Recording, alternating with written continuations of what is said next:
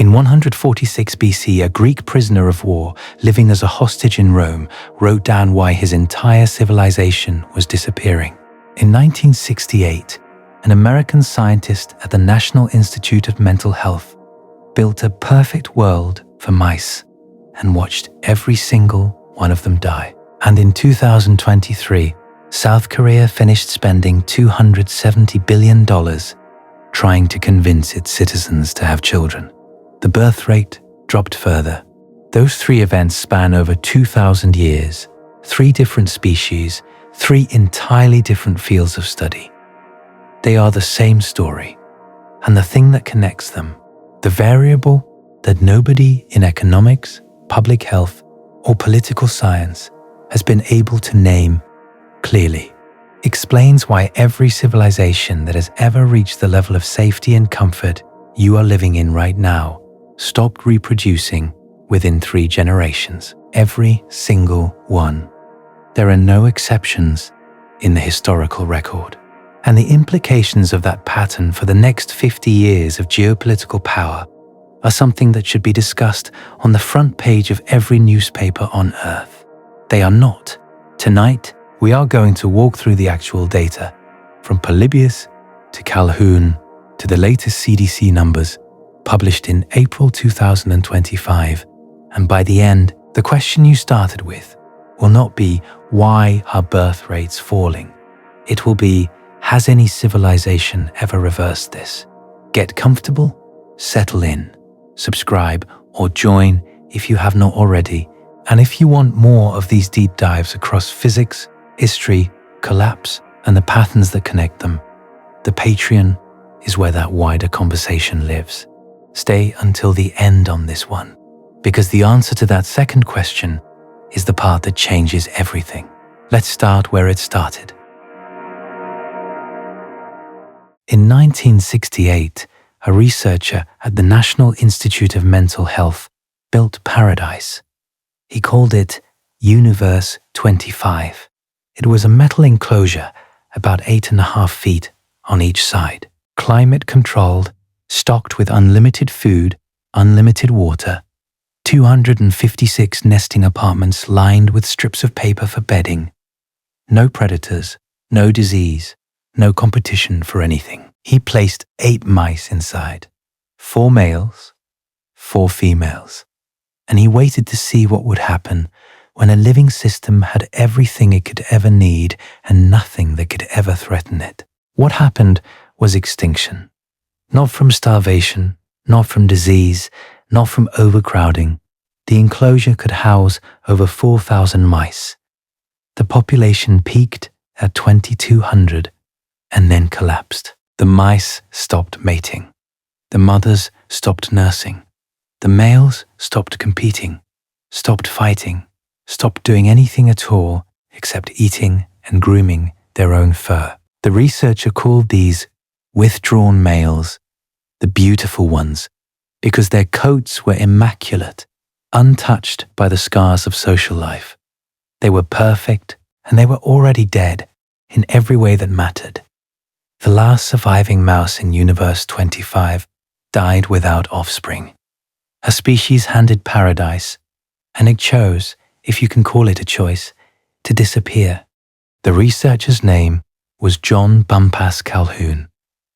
Born in Elkton, Tennessee in 1917, educated at the University of Virginia and Northwestern, he spent the next 2 decades trying to warn anyone who would listen that the same behavioral pattern, the same withdrawal from reproduction in conditions of safety and abundance, was not unique to rodents. He presented his findings to NASA. He consulted for the District of Columbia on prison overcrowding. He published in Scientific American. He coined the term behavioral sink in a February 1962 paper that was read by millions. He was referenced, cited, discussed, and then he was quietly forgotten. He retired from NIMH in 1984. He kept working from home, alone, analyzing data from experiments nobody was funding anymore. He died on September 7th, 1995, at the age of 78. His papers were donated to the National Library of Medicine by his wife Edith. And here is something about Calhoun that most people who cite his experiment do not know. Universe 25 was not his first attempt. It was his 25th. He spent his entire career building these enclosures, refining the variables, eliminating confounders. His first major experiment began in 1947 on a farm in Rockville, Maryland, funded by the Rockefeller Foundation. He released 5 pregnant wild Norway rats into a fenced outdoor quarter-acre pen with abundant food and shelter. The pen could theoretically support 5,000 rats. After 27 months, the population never exceeded 150. Not because of disease or starvation, because the social structure fractured. Dominant males carved out territories. Subordinate males were driven into a permanent state of stress. Females in the most crowded areas stopped caring for their young. Pups died not from hunger, but from neglect. Reproductive behavior collapsed in the presence of social competition that had lost its organizing logic. Calhoun saw this result, and instead of moving on, he spent the next 2 decades making the conditions more perfect. Each iteration removed another possible explanation. What if the problem was predators? He removed predators. Disease? He eliminated disease. Food scarcity? He made food unlimited. Temperature? He climate-controlled the enclosure. By the time he built Universe 25 in 1968 at the NIMH facility in Poolesville, Maryland, he had eliminated every external variable. The mice had nothing to fear, nothing to lack, nothing to solve, nothing to overcome, and they went extinct faster than in any previous iteration. The more perfect the paradise, the faster the collapse. That finding alone should have rewritten the field. It did not. I want you to hold Calhoun in the back of your mind for the next 2 hours, because we are going to return to him and to those mice several times. And each time we do, the parallel is going to feel less like a metaphor and more like a diagnosis. Because what is happening right now across the developed world and increasingly across the developing world is not a policy problem. It is not an economics problem. It is not something that can be solved with tax credits or baby bonuses or subsidized daycare. Governments have tried all of that. They have spent hundreds of billions of dollars across decades, and the birth rate kept falling in every country, without exception.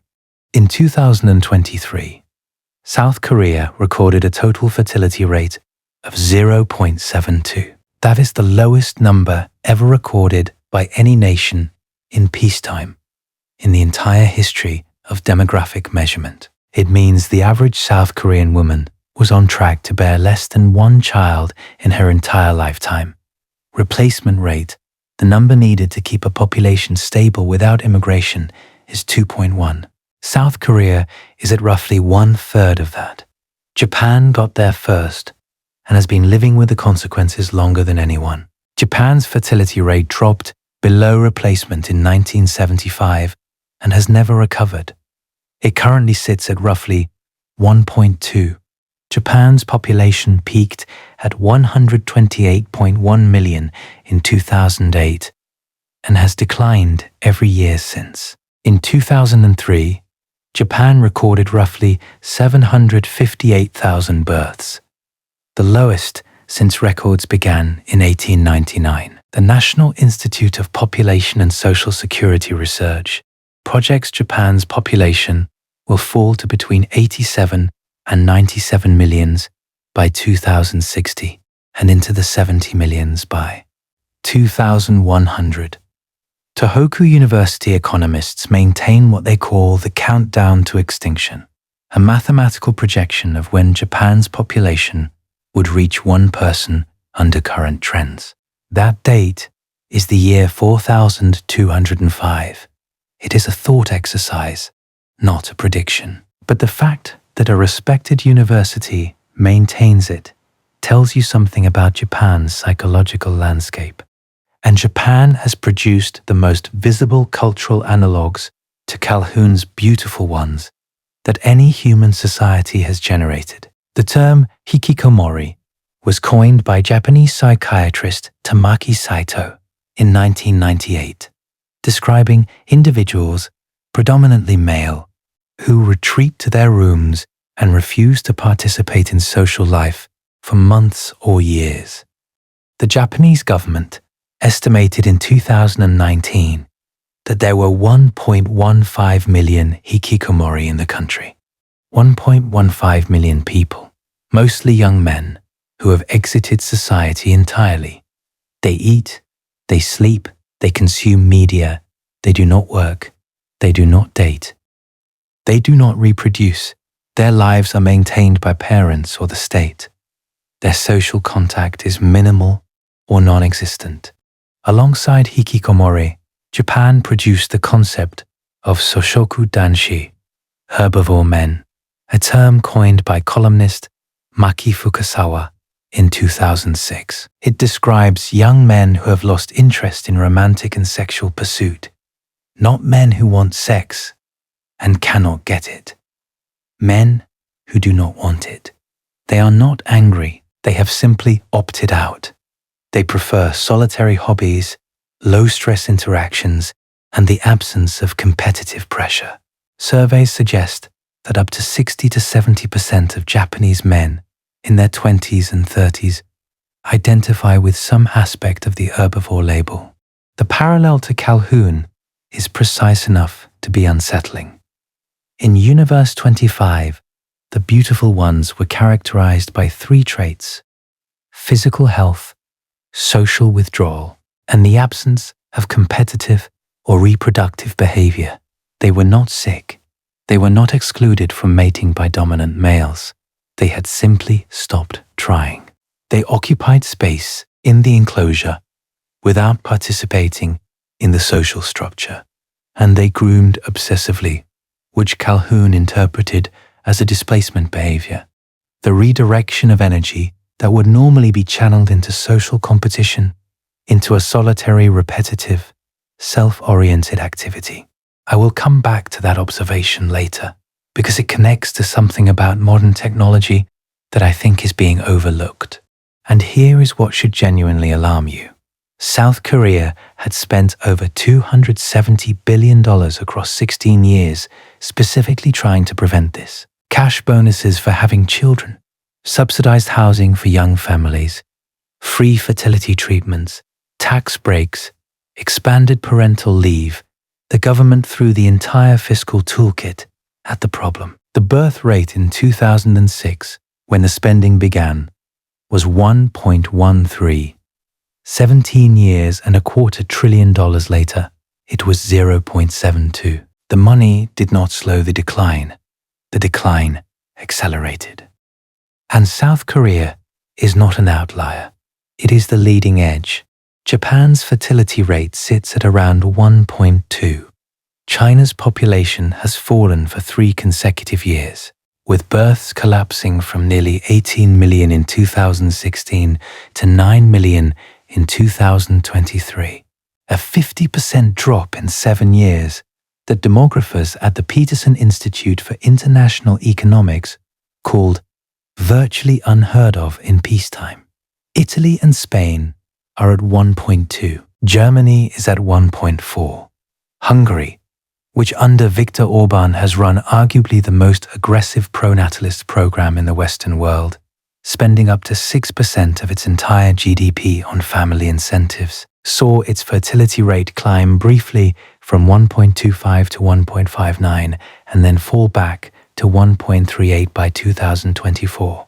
Even the United States, which Americans tend to assume is immune to these trends, recorded a total fertility rate of 1.626 in 2024, down 23% from 2007. The last year America was at replacement was 2007.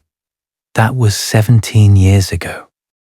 And here is the number that I keep coming back to, the one that breaks the economic explanation wide open. Gallup has been polling Americans about their ideal family size for decades. In their July 2024 survey, the average American said their ideal number of children was 2.7. That number has barely moved. It was 2.7 in 2018. It was 2.7 in 2023. Americans want nearly 3 children. They are having 1.6. The gap between what people say they want and what they are actually doing has never been wider in the history of the survey. That gap is not an economic number. That is a psychological number. Something is preventing people from doing the thing they say they want to do. And it is not that they cannot afford it, because the gap exists across every income bracket. And here is a misconception that needs to be corrected because it is the single most effective barrier to taking this seriously. You have probably heard, either in a textbook or a news article or a YouTube video, that declining birth rates are a natural and expected stage of economic development, that as countries get richer, birth rates fall, and that this is fine, normal, healthy even, a sign of progress. This framing is so ubiquitous that it functions as a thought-terminating cliché. It allows people to hear birth rates are falling and think, yes, that is what happens. We learned about this in school, and then move on without asking the follow-up question, which is, what happens next? What the textbooks do not tell you is that demographic transition theory, the model that explains why birth rates fall as countries develop, was never designed to predict a terminal outcome. Notstein, who formalized the theory in 1945, predicted that fertility would stabilize at roughly replacement level once a society completed the transition. Stage 3, he called it. High development, low death rates, low birth rates, stable population. That was supposed to be the end state. It was supposed to be an equilibrium. It is not. There is no equilibrium. There is no stage 3 in which fertility settles at a comfortable 2.1. What actually happens in every country that has gone through the transition is that fertility drops to replacement, pauses briefly, and then keeps dropping. Below 2, below 1.5, below 1.3, into what demographers now call lowest low fertility, a term that did not exist when Notestein wrote his model, because he did not think it was possible. The demographic transition is not a solved problem in economics. It is the description of the first half of a process, whose second half nobody predicted and nobody knows how to stop. If your mental model of falling birth rates is, this is what happens when countries develop, and it's fine, that mental model is based on a 1945 theory that was wrong about the endpoint. And the reason nobody corrected the model publicly is that the correction is terrifying. The correction says there is no endpoint. The correction says it just keeps going down. I spent an unreasonable amount of time trying to understand this. And what I found is that this pattern, birth rates collapsing before a major power transition, is not a modern phenomenon. It is not caused by smartphones or social media or housing prices or student loans. It has been documented, described, and panicked about for over 2,000 years. And in every single recorded instance, the civilization that experienced it either collapsed, was conquered, or was absorbed by a younger, higher fertility neighbor within 2 to 3 generations. That is not speculation. That is the historical record. And the fact that it is not front-page news in every country experiencing it right now should, if you think about it carefully, make you very uncomfortable. Let me take you back to where this pattern first appears in writing, because the person who described it was not an economist or a demographer.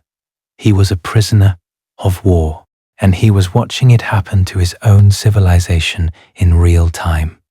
His name was Polybius, born around 208 BC in Megalopolis, a city in the Arcadian region of the Peloponnese. His father Lycurgus was the commanding general of the Achaean League, the last major political alliance of independent Greek city-states. Polybius grew up in the machinery of Greek power at the exact moment that power was evaporating. In 168 BC, after Rome crushed Macedonia at the Battle of Pydna, the Romans demanded 1,000 hostages from the Achaean League as a guarantee of loyalty. Polybius was one of them. He was shipped to Rome at roughly 40 years old, a Greek aristocrat living as a captive in the capital of the empire that was swallowing his world. But Polybius was not an ordinary hostage.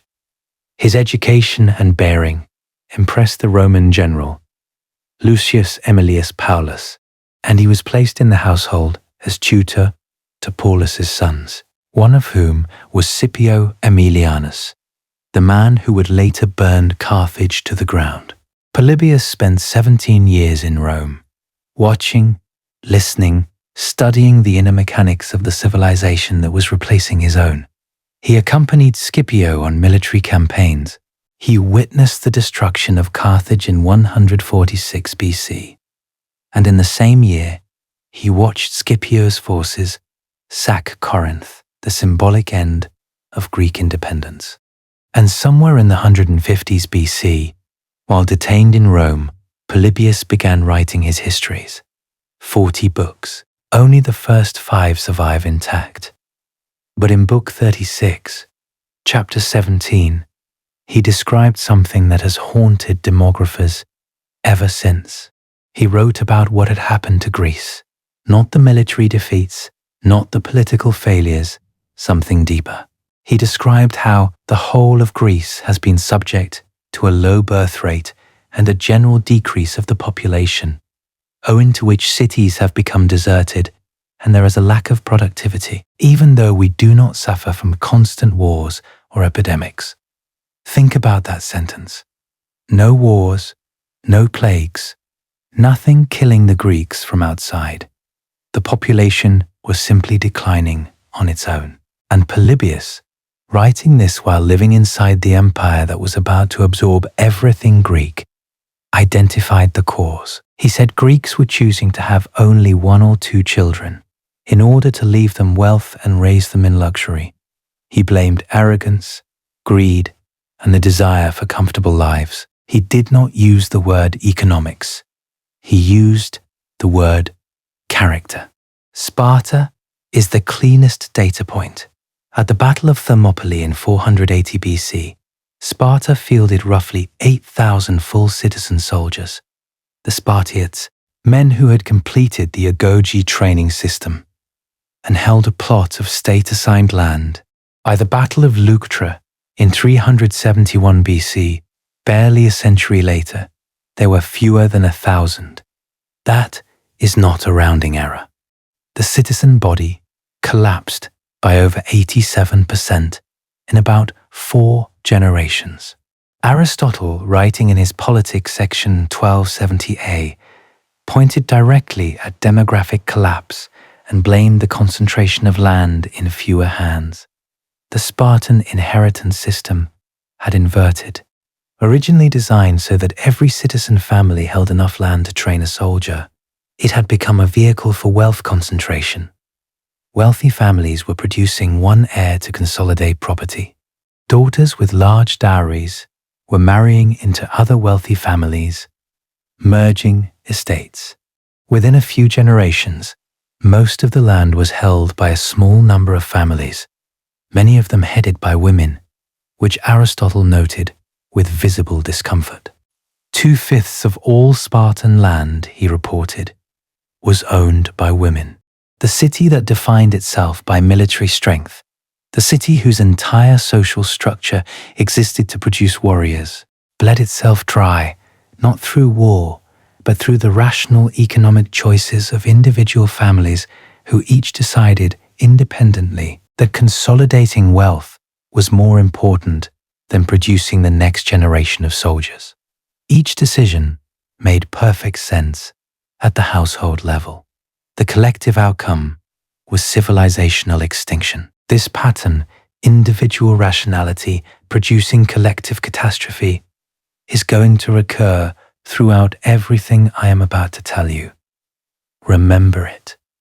And there is another detail in Polybius that almost no one quotes, a sentence that hits differently in 2026 than it did when he wrote it. He described the Greeks choosing to have 1 or 2 children, specifically to leave them wealth and raise them in luxury.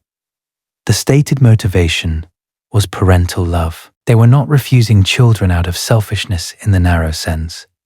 They were refusing additional children because they wanted the ones they had to live well. The quality-quantity trade-off. The idea that fewer children means more investment per child. It sounds reasonable. It sounds modern. It sounds like something you could read in a parenting article published yesterday. And it produced the depopulation of a civilization. Now here is where the conventional telling of this story stops. History textbooks will note that Greek population declined, that Rome was ascendant, that the balance of power shifted. They treat it as a political and military narrative. But Polybius was saying something different. He was saying the population decline was not a side effect of the power transition. It preceded the power transition. The cradles emptied first.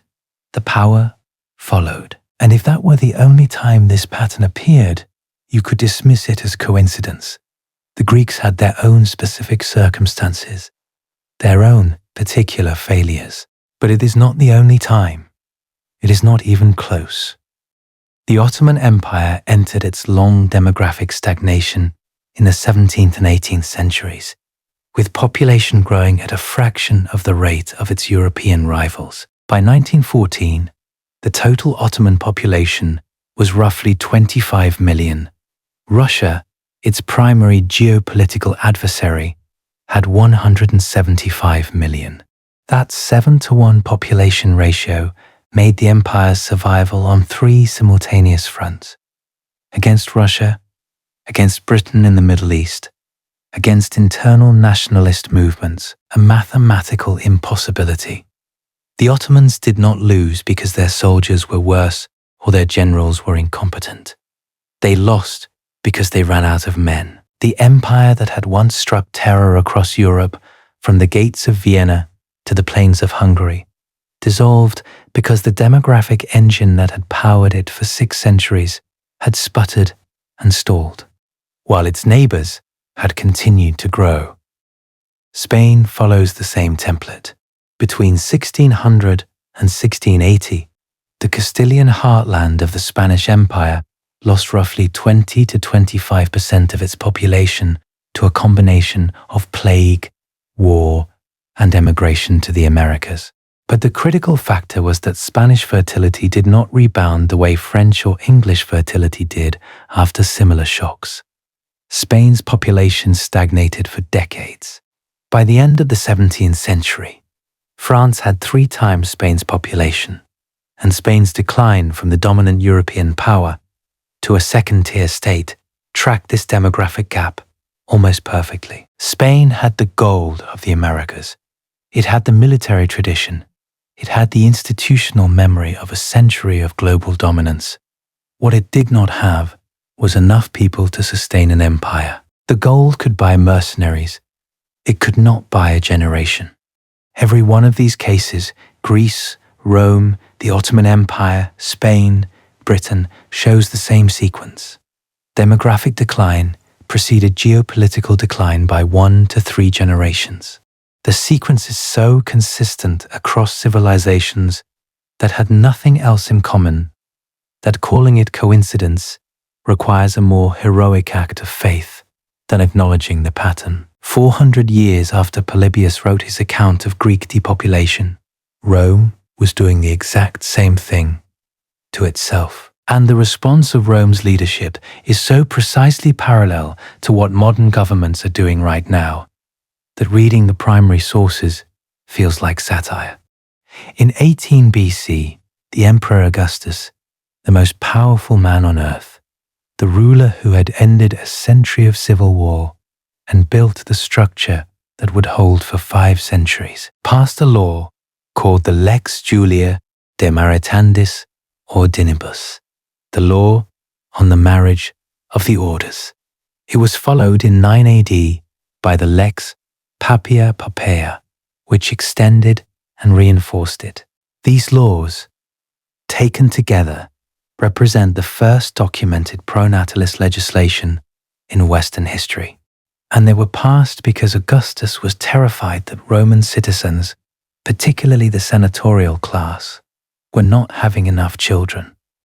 The details are worth knowing because they mirror modern policy with eerie precision.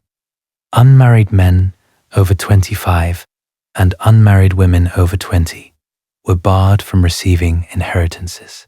The childless could only receive half of any inheritance left to them. Women who bore 3 children, 4 if they were freed women, were granted the ius trium liberorum, a package of legal privileges including the right to manage their own property without a male guardian.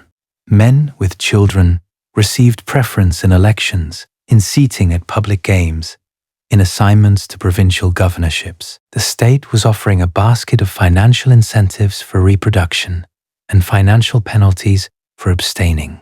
It was, in every meaningful sense, a baby bonus program. And here is the part that should sound familiar. It did not work.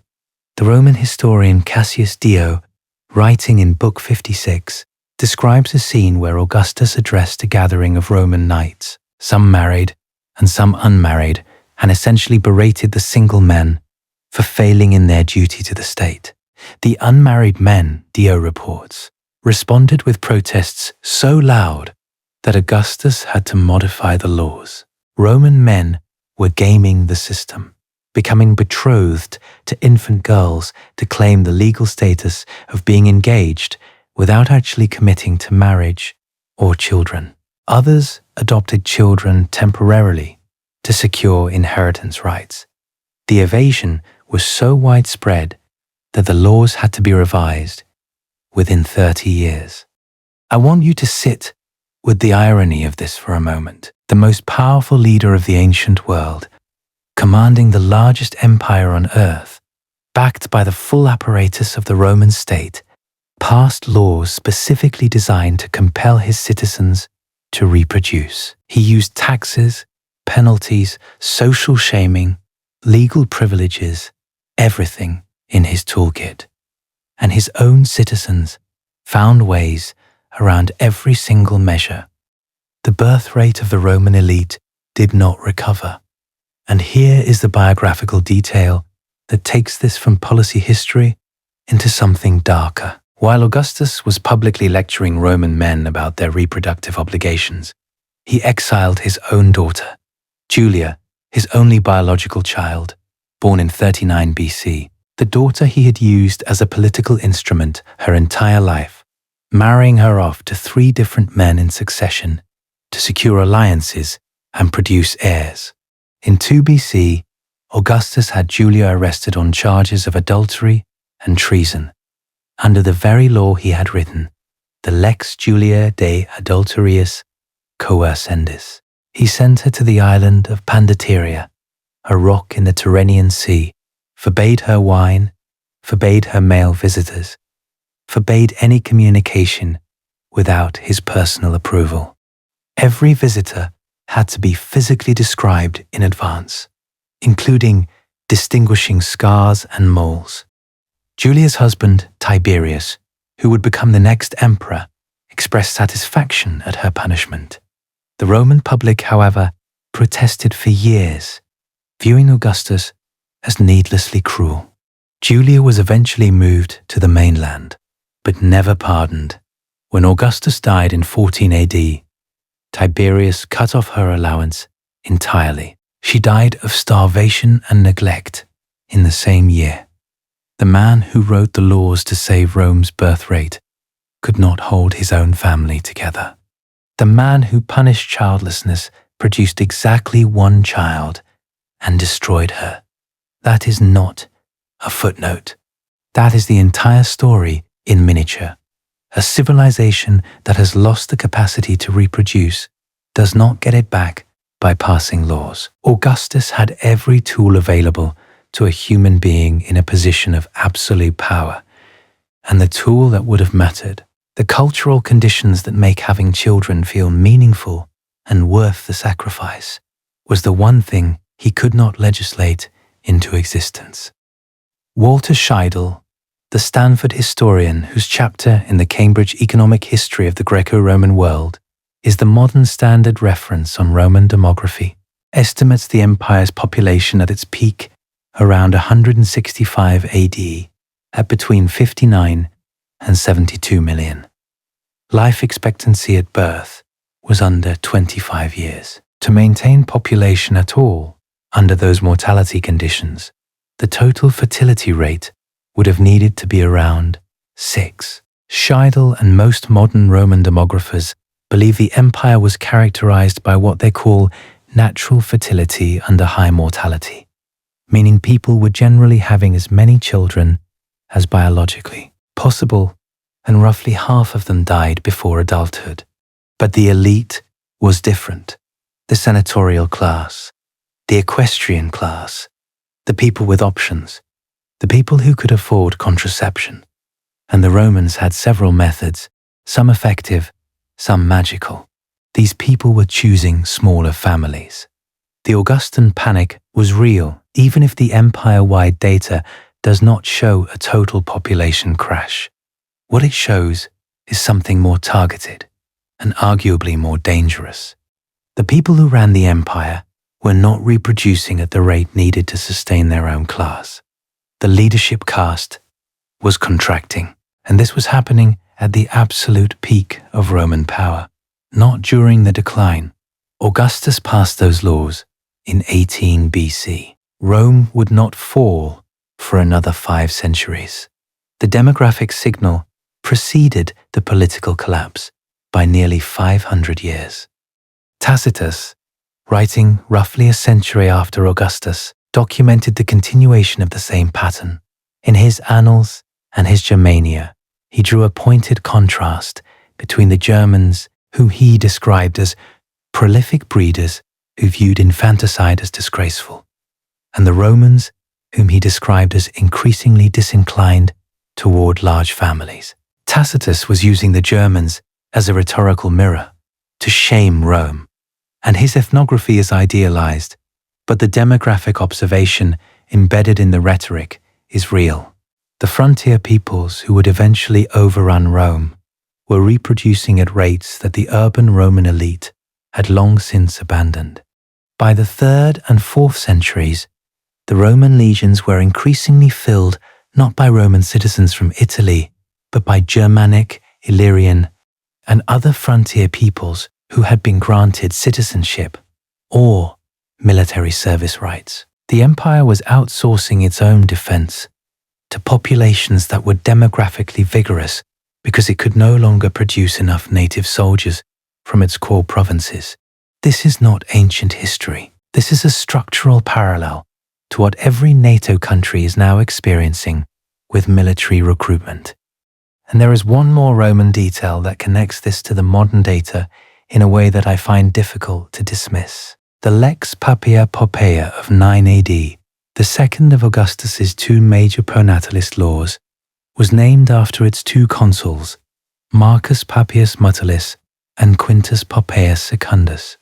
Cassius Dio records a detail about these men that later historians have treated as ironic, but that I think is diagnostic. Both consuls were unmarried and childless. The 2 men who gave their names to Rome's most ambitious pronatalist legislation had themselves failed to do the thing the law demanded. They either could not or would not practice what the law preached. The people writing the rules were the people the rules were supposed to fix.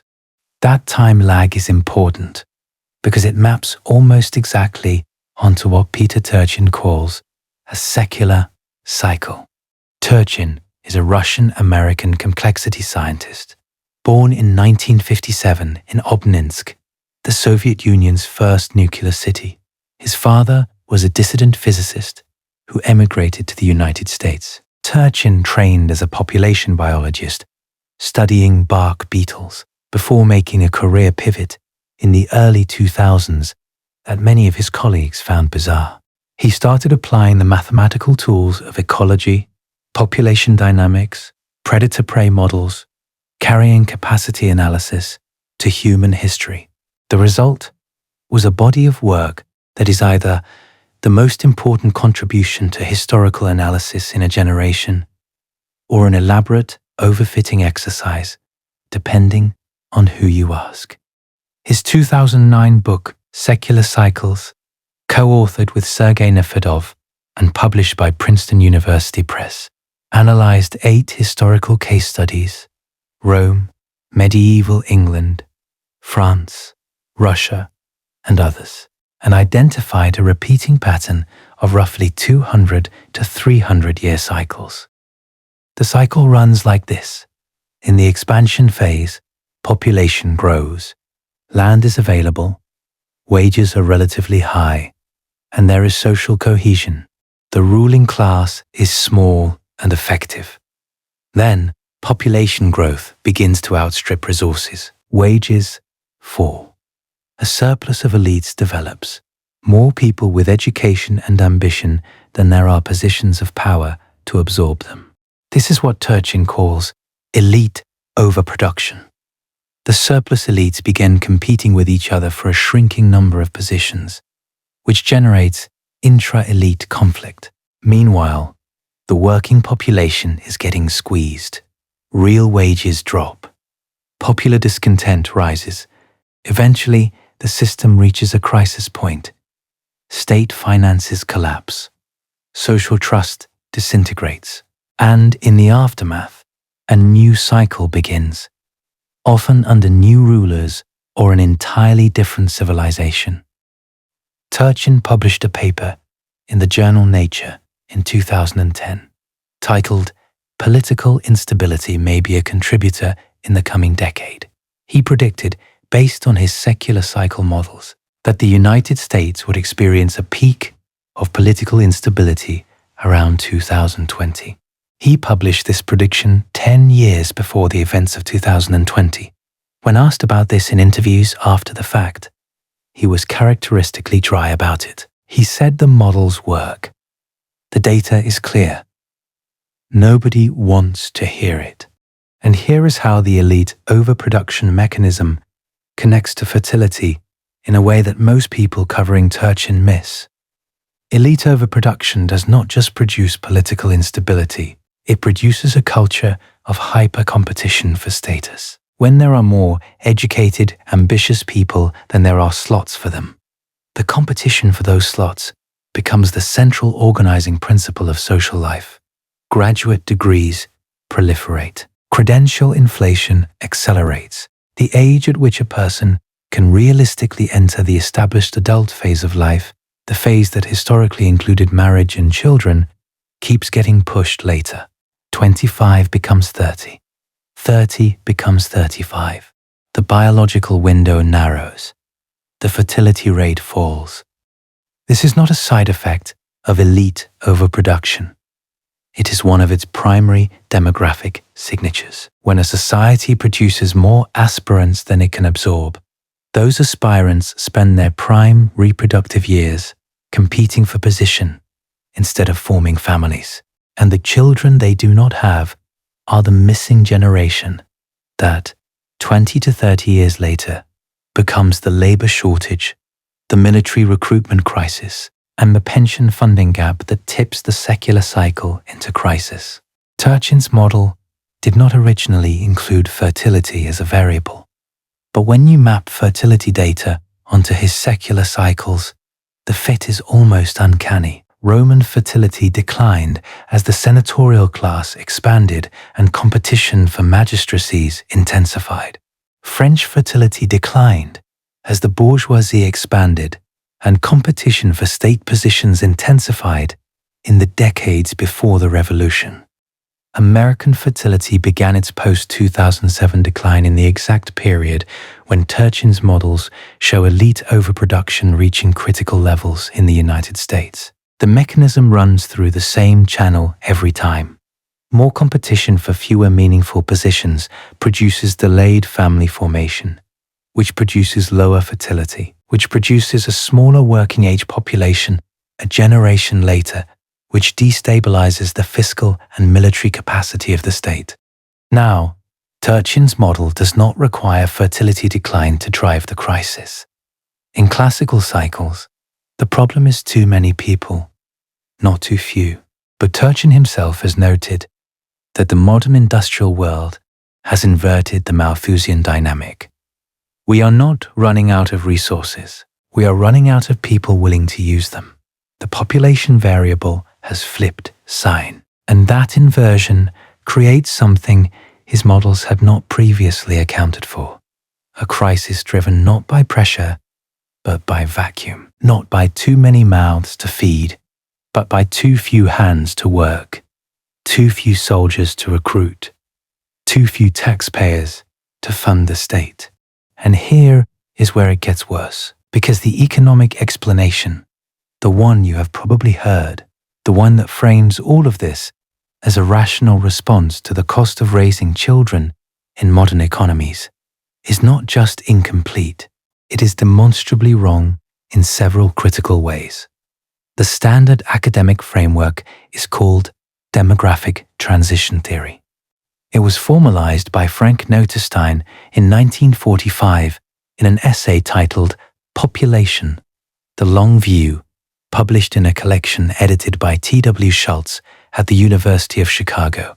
Notenstein described 3 stages. First, high birth rates and high death rates. Population stable. Second, death rates fall thanks to medicine and sanitation, but birth rates remain high. Population explodes. Third, birth rates fall to match the lower death rates. Population stabilizes at a higher level. The mechanism, as the theory describes it, runs through urbanization, female education, access to contraception, and secularization. The theory is elegant. It fits the broad historical sweep of most industrialized nations. And it has at least 4 fatal anomalies that its defenders have never adequately addressed. Anomaly 1. France. French fertility began declining in the late 1700s, before industrialization, before mass urbanization, before female literacy was widespread. France was 80 years behind Britain in urbanization, but 80 years ahead in fertility decline. The driver in France was not economics. It was a change in inheritance norms following the Revolution, which mandated equal division of property among all heirs, creating a direct incentive to limit family size. The decline was cultural, not economic. This matters enormously because France's demographic trajectory, relative to its neighbors, had direct geopolitical consequences that were visible within a single century. In 1789, the year of the Revolution, France had a population of roughly 28 million, the largest in Western Europe. Britain had about 8 million. Germany was fragmented into hundreds of states, but collectively held roughly 24 million. France was the demographic giant of Europe. By 1870, when the Franco-Prussian War began, France had grown to 36 million. But Germany, now unified, had 41 million. France's population growth rate had slowed to a crawl, while Germany's had surged. The French army that marched into the war was smaller, older, and drawn from a shallower pool. France lost decisively. Alsace-Lorraine was annexed. The demographic advantage that had made France the dominant land power in Europe for 2 centuries had evaporated. And it had evaporated not because of war or plague, but because French families had been having 2 children instead of 5 for 3 generations. Napoleon himself had recognized the danger. He had offered bounties for large families and penalized bachelors. It did not work in 1810, and it does not work in 2025. The structural parallel is exact. The policy responses are identical across 2 millennia, and the results are identical. This also demolishes the argument that fertility decline is caused by female education or economic development. French women in 1800 were largely illiterate. France was still predominantly agricultural. The standard mechanisms of demographic transition theory, the mechanisms Notestein described in 1945, simply did not apply. Something else was operating. Something cultural. Something connected to how people thought about property, inheritance, and the purpose of family. And then there is the British Empire, which provides perhaps the most precise modern illustration of the timing between demographic peak and power transition. British fertility peaked in the early 1870s at roughly 5 children per woman, at the absolute zenith of imperial power. Queen Victoria reigned over the largest empire in human history, and British women were having 5 children each. By 1933, British fertility had fallen to approximately 2, barely at replacement, and by 1960, with fertility still near replacement, but the enormous Victorian-era cohort aging out, the empire was dissolving. Country after country gained independence. The demographic momentum that had fueled 2 centuries of global expansion was gone. Britain went from ruling a quarter of the Earth's surface to struggling with post-industrial decline in roughly the time it takes for a high-fertility generation to be replaced by a low-fertility one. The timing is almost mechanical. Peak fertility in the 1870s, below replacement fertility by the 1930s, empire dissolution in the 1950s and 60s. 3 generations. That is the interval. That has always been the interval. Anomaly 2, Israel. A wealthy, urbanized, highly educated, highly secular society with robust female labor force participation and a fertility rate of 2.79. Israel breaks every prediction of demographic transition theory. It should have one of the lowest birth rates in the developed world. Instead, it has the highest by a wide margin. The variable that separates Israel from every other developed nation is not its economy. It is that Israeli culture, across both secular and religious populations, treats children as existentially meaningful. There is a national narrative in which reproduction is bound to survival. The culture creates the fertility. The economy does not prevent it. Anomaly 3, the post-2008 universal collapse. If demographic transition theory were correct, fertility rates should stabilize once a country reaches a certain level of development. They do not. They keep falling. Every single developed country that passed through stage 3 kept dropping into what demographers now call stage 4, or lowest low fertility, below 1.3. The theory predicted equilibrium. The data shows acceleration. The richer and more developed the country, the faster the decline. Anomaly 4, pronatalist policy failures at scale. If the problem were economic, then sufficient economic incentives should produce a measurable fertility response.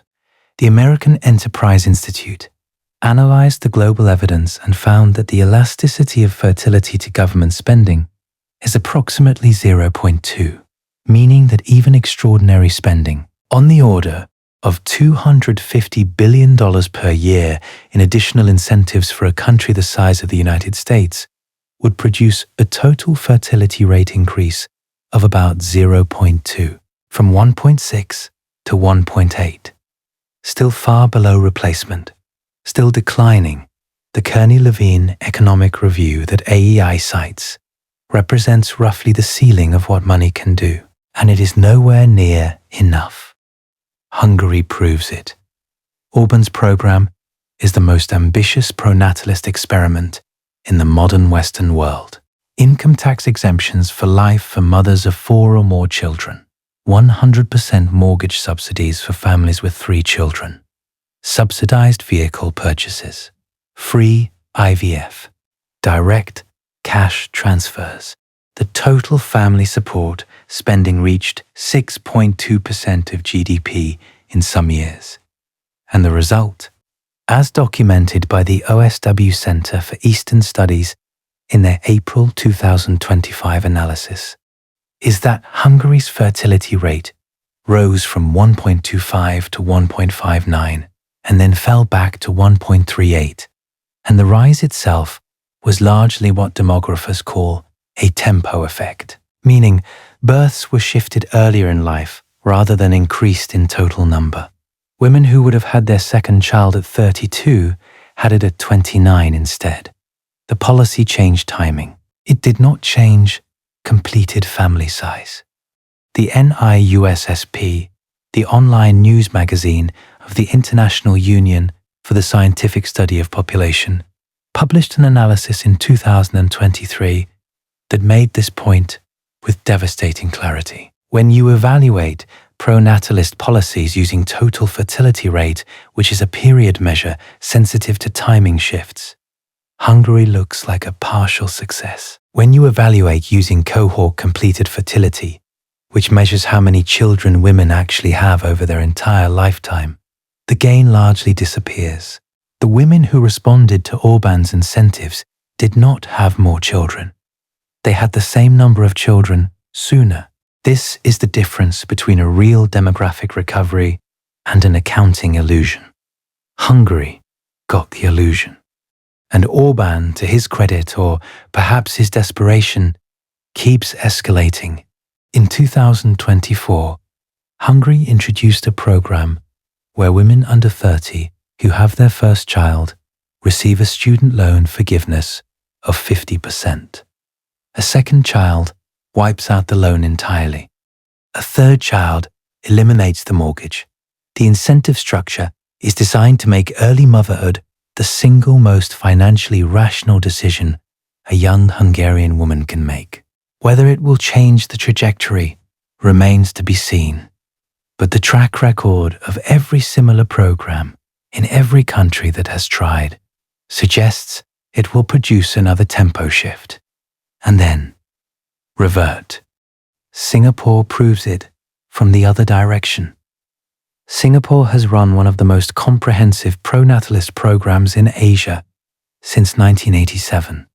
$11,000 baby bonus packages, subsidized IVF at 75%, parental leave, housing priority for married couples, tax rebates. The United Nations has cited Singapore's program as among the most thorough in the world. Singapore's fertility rate in 2023 fell below 1.0 for the first time. That is worth pausing on. A country that is literally paying its citizens to have children cannot get above one child per woman. The program has been running for nearly 40 years. The fertility rate is lower than when the program started. South Korea proves it at scale. $270 billion since 2006.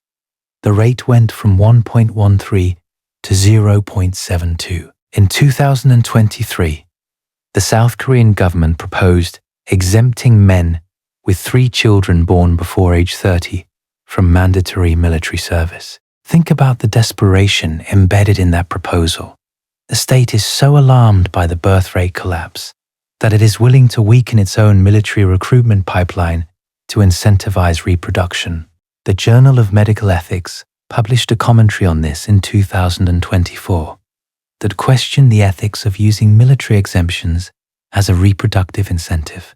But the fact that the proposal was made at all tells you how far past conventional policy options South Korea has moved. Nicholas Eberstadt of the American Enterprise Institute put it bluntly, "I do not think there is any way that population policy can effectively raise fertility levels in South Korea in any appreciable way. Not a hedged statement, not a qualified academic opinion. A flat declaration from one of the most respected demographers alive that the problem cannot be solved with the tools governments have. There is a pattern here, and the pattern has nothing to do with the amount of money spent. I want to stop here for a moment because I think the significance of this data gets lost when you list it country by country.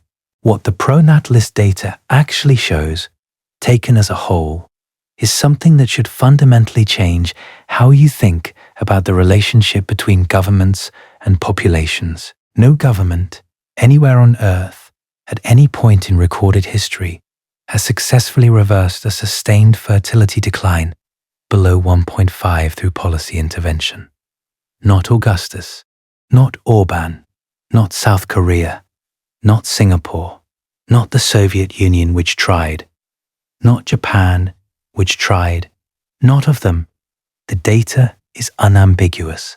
Below 1.5 appears to be a threshold, and once a society crosses it, no documented case exists of recovery. That is not a well-known fact. It should be. The people who study this, demographers like Darrell Bricker and John Ibbotson, who wrote Empty Planet in 2019, call it the low fertility trap.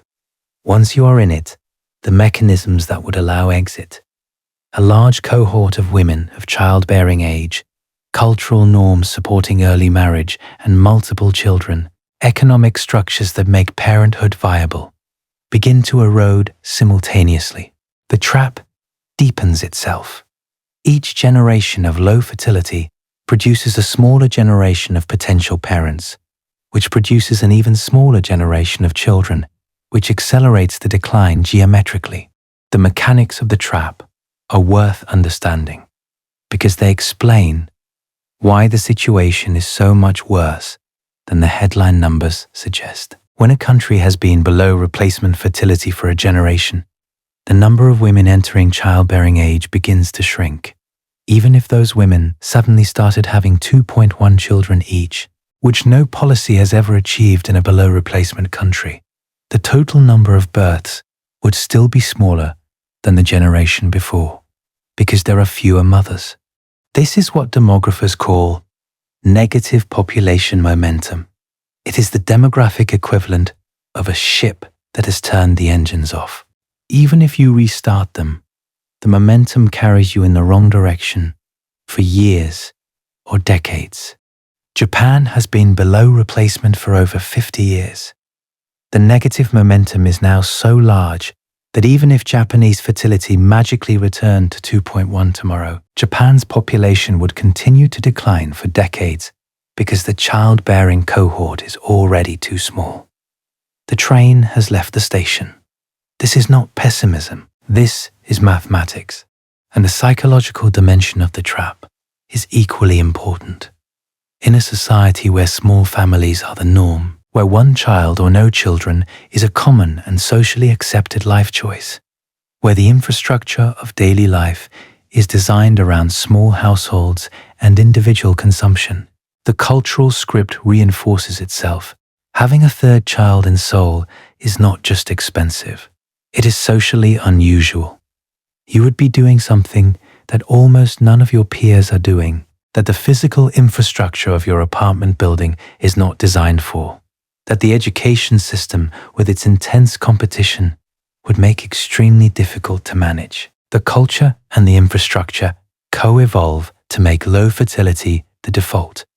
And deviating from the default requires not just money, but social courage, which most people, understandably, do not have. And this is where we need to talk about what is happening biologically, because the cultural and economic explanations, even when you combine them, do not account for all of the decline. There is a physical dimension that has been confirmed repeatedly in peer-reviewed research, and that almost nobody outside of reproductive endocrinology is discussing publicly.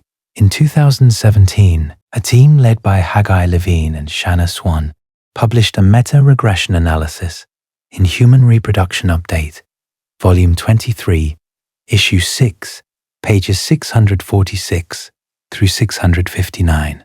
They analyzed 185 studies covering 42,935 men across North America, Europe, Australia, and New Zealand, sampled between 1973 and 2011. What they found was that sperm concentration in Western men had declined by 52.4%, and total sperm count had declined by 59.3% over that period. Not a small fluctuation, a halving in less than 4 decades. In 2022, the same team published an update in Human Reproduction Update, Volume 29, Issue 2, page 157. This time they expanded the dataset to include South America, Asia, and Africa. The decline was global, and it was accelerating. The rate of decline after the year 2000 was faster than the rate before it. Swan's 2021 book, Countdown, argues that endocrine-disrupting chemicals, particularly phthalates found in plastics, are the primary driver. The evidence for a chemical contribution is real, but endocrine disruptors cannot explain why desired family size is also falling. Chemicals can lower your sperm count. They cannot change your answer to a Gallup poll asking how many children you want. The biological signal and the cultural signal are moving in the same direction simultaneously, which suggests they are both symptoms of something else, or they are reinforcing each other in ways nobody has fully mapped. And this is the point where the Calhoun parallel stops feeling like a metaphor. Remember what happened in Universe 25. The mice had unlimited resources. Nothing was killing them from the outside.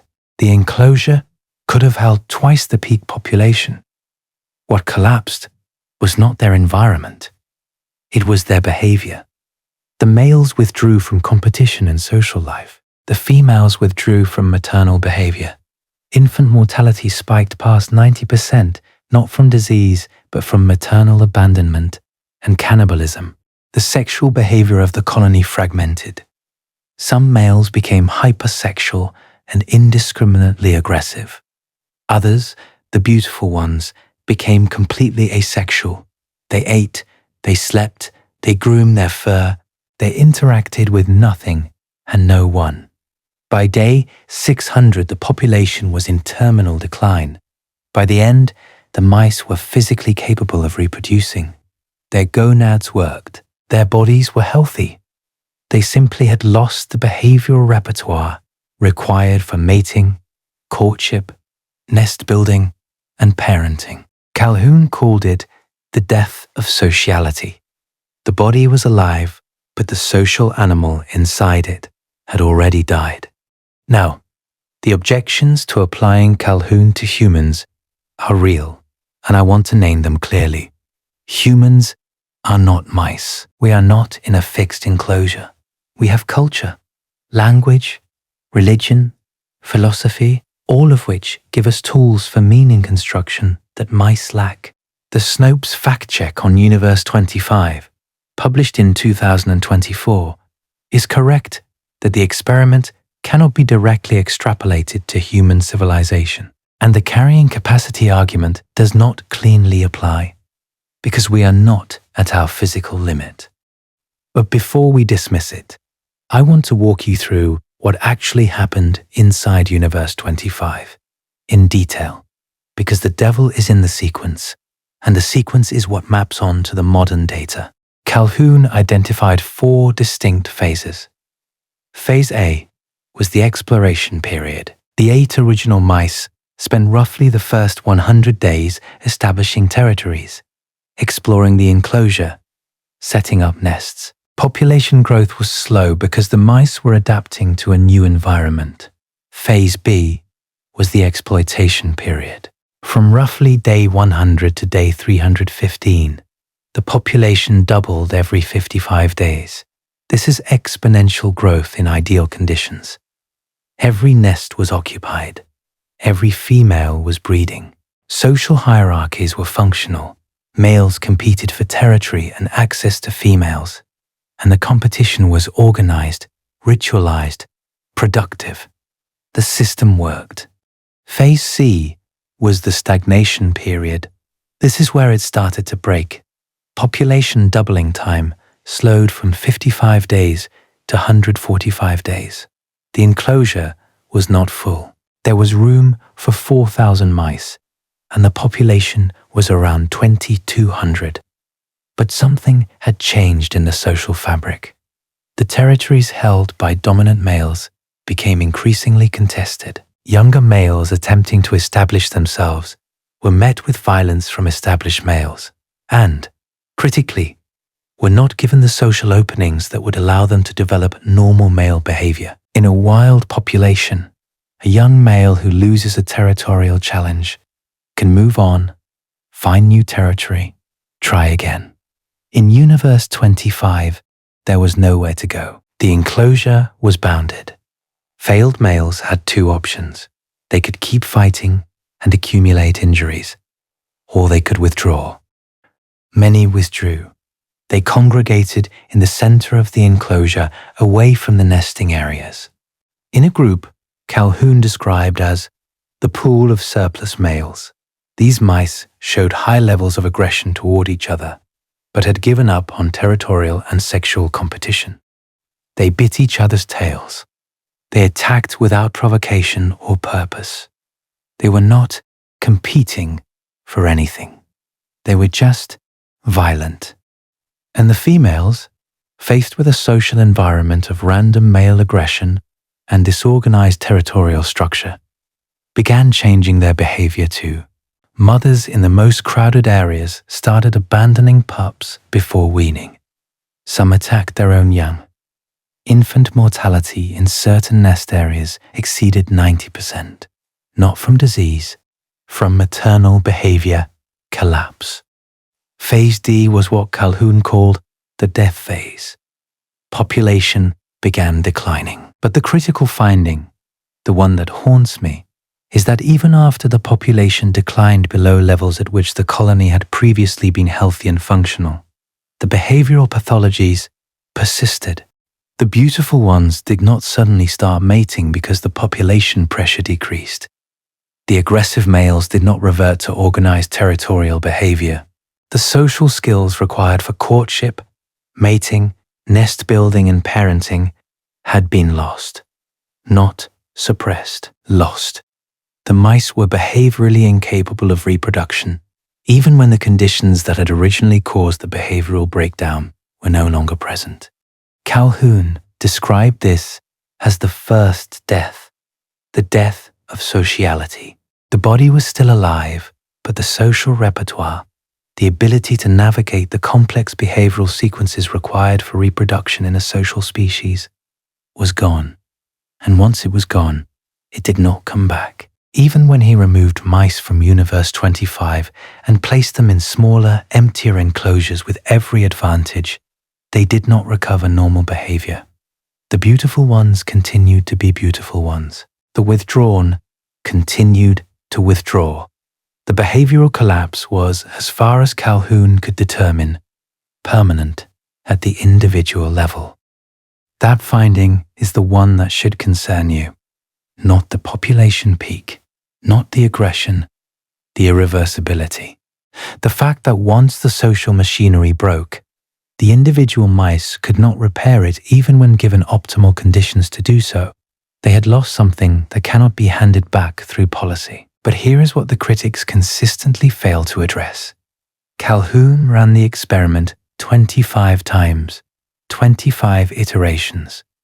The result was the same every time. Unlimited resources, no external threats, and the population collapsed through behavioral breakdown, not resource exhaustion. That is not an anecdote. That is a replicated finding, and the specific behaviors he documented: withdrawal from reproduction, collapse of pair bonding, disengagement from social life, rising intragroup aggression, alongside rising individual isolation. These are descriptions that would not look out of place in a sociological survey of Tokyo or Seoul or Rome in 2025. Calhoun himself was explicit about the connection. In his 1973 paper he wrote, "I shall largely speak of mice, but my thoughts are on man, on healing, on life and its evolution." He spent the last decade of his career, largely unfunded and increasingly marginalized, trying to develop what he called a creativity theory of population, arguing that the way out of the behavioral sink was not to reduce density, but to increase the complexity of social roles available to individuals. More ways to contribute, more ways to matter. He believed the problem was not too many bodies in a space, but too few meaningful things for those bodies to do. This is the part of Calhoun's work that nobody cites. Everyone knows the behavioral sink. Everyone knows the beautiful ones. The mouse utopia experiment has been turned into a dozen YouTube videos and 100 blog posts. But the solution Calhoun proposed, the direction he spent his final years working toward, is almost never mentioned. And I think the reason it is never mentioned is that it is harder to package into a narrative than the dystopian findings. The experiment that produces extinction makes for a compelling story. The quiet, unglamorous theoretical work on how to construct environments that generate meaning does not go viral. What Calhoun proposed in his later papers and in the book he edited in 1983 called Environment and Population, Problems of Adaptation, was that the key variable was not space, not resources, not population density, but what he called conceptual space, the number of roles, identities, and forms of meaningful contribution available to individuals within a social system. In Universe 25, the mice had physical space and material abundance, but zero conceptual space. There was nothing to do, no problems to solve, no territory worth fighting for because all territory was equally safe, no skill worth developing because no skill was needed. The enclosure provided for every physical need and annihilated every psychological one. Calhoun argued that human civilizations could avoid the behavioral sink by continuously expanding the conceptual space available to their members. New fields of inquiry, new forms of creative expression, new frontiers, literal or metaphorical, new problems worth solving. He saw space exploration as particularly important, not for the resources it might provide, but for the existential challenge it would create. A species with a frontier, he argued, is a species with a reason to reproduce. A species without one is a species in decline, regardless of how abundant its material conditions. Nobody funded that research. The grants dried up, the institutional interest moved elsewhere, and Calhoun's warning, his explicit, published, peer-reviewed warning that safety without purpose produces behavioral collapse and reproductive failure in mammalian populations, was filed away in the history of ethology as an interesting but inapplicable curiosity. His most lasting cultural impact, ironically, was not the warning. It was a children's book. Robert C. O'Brien's 1971 novel Mrs. Frisbee and the Rats of Nimh, later adapted into the 1982 animated film The Secret of Nimh, was directly inspired by Calhoun's work at the National Institute of Mental Health. The rats in the story are intelligent. They escape their enclosure, they build a civilization. It is a hopeful narrative, a story about creatures who transcend their conditions. Calhoun's actual mice did the opposite. They had every condition for flourishing, and they chose extinction. The children's story told America that Nimh's rats could build a better world. Calhoun's actual data told America that Nimh's mice had given up on the one they had. The fiction became famous. The science was forgotten. I think that decision, the decision to ignore Calhoun, will be looked back on as one of the most consequential intellectual failures of the 20th century, because the data that has accumulated since his death in 1995 has confirmed his core insight in every direction simultaneously. Let me walk you through what I mean. Lyman Stone is a demographer at the Institute for family studies and an adjunct fellow at the American Enterprise Institute. He has done some of the most granular empirical work available on why fertility is falling. And his finding, replicated across countries, is that approximately half of the modern fertility decline is attributable not to economic factors, but to the collapse of marriage. People are not having fewer children per marriage. They are not getting married. And they are not getting married, not primarily because they cannot afford it, but because the institution of marriage has lost cultural weight. It has gone from an expected, socially reinforced life stage to an optional consumer choice. And when it becomes optional, fewer people choose it. And when fewer people marry, fewer people have children, because across every culture on earth, marriage remains the primary context in which children are born and raised. Stone has identified something else that I think is underreported. The gap between desired and actual fertility is not uniform across the population. It is largest among people who delay marriage. The longer a person waits to marry, the larger the gap between how many children they say they want and how many they actually have.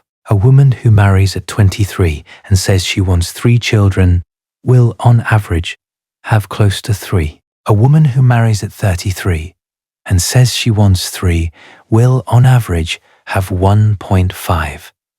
The delay itself is the mechanism, and the delay is driven not by biology alone, though biology matters, but by a cultural script that frames the 20s as a period for education, career development, personal exploration, and identity construction, with family formation pushed later and later until the biological window narrows and the gap between desire and reality becomes uncrossable.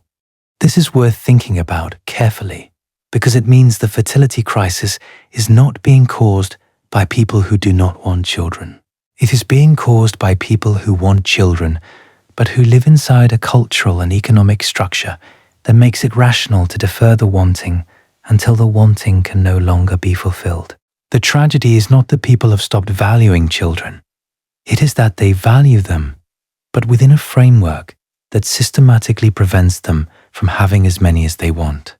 And here is where I want to return to the displacement behavior observation from Calhoun, because I promised I would come back to it, and it connects to something about modern life that I think is deeply important. In Universe 25, the beautiful ones groomed their fur. In a functioning mouse colony, grooming serves a social function. Mice groom each other.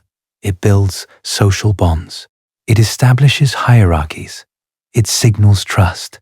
When the beautiful ones groomed only themselves, Calhoun interpreted this as the redirection of social energy into a solitary activity that mimicked the form of social behavior without containing any of its content. The grooming looked like grooming.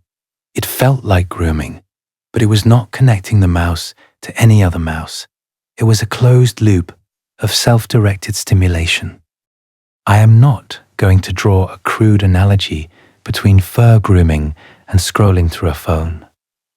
That would be reductive, but I do want to point out that the average American now spends over 7 hours per day on screens, much of it on activities that mimic social behavior without requiring actual social participation. You can watch people live. You can observe relationships without being in one.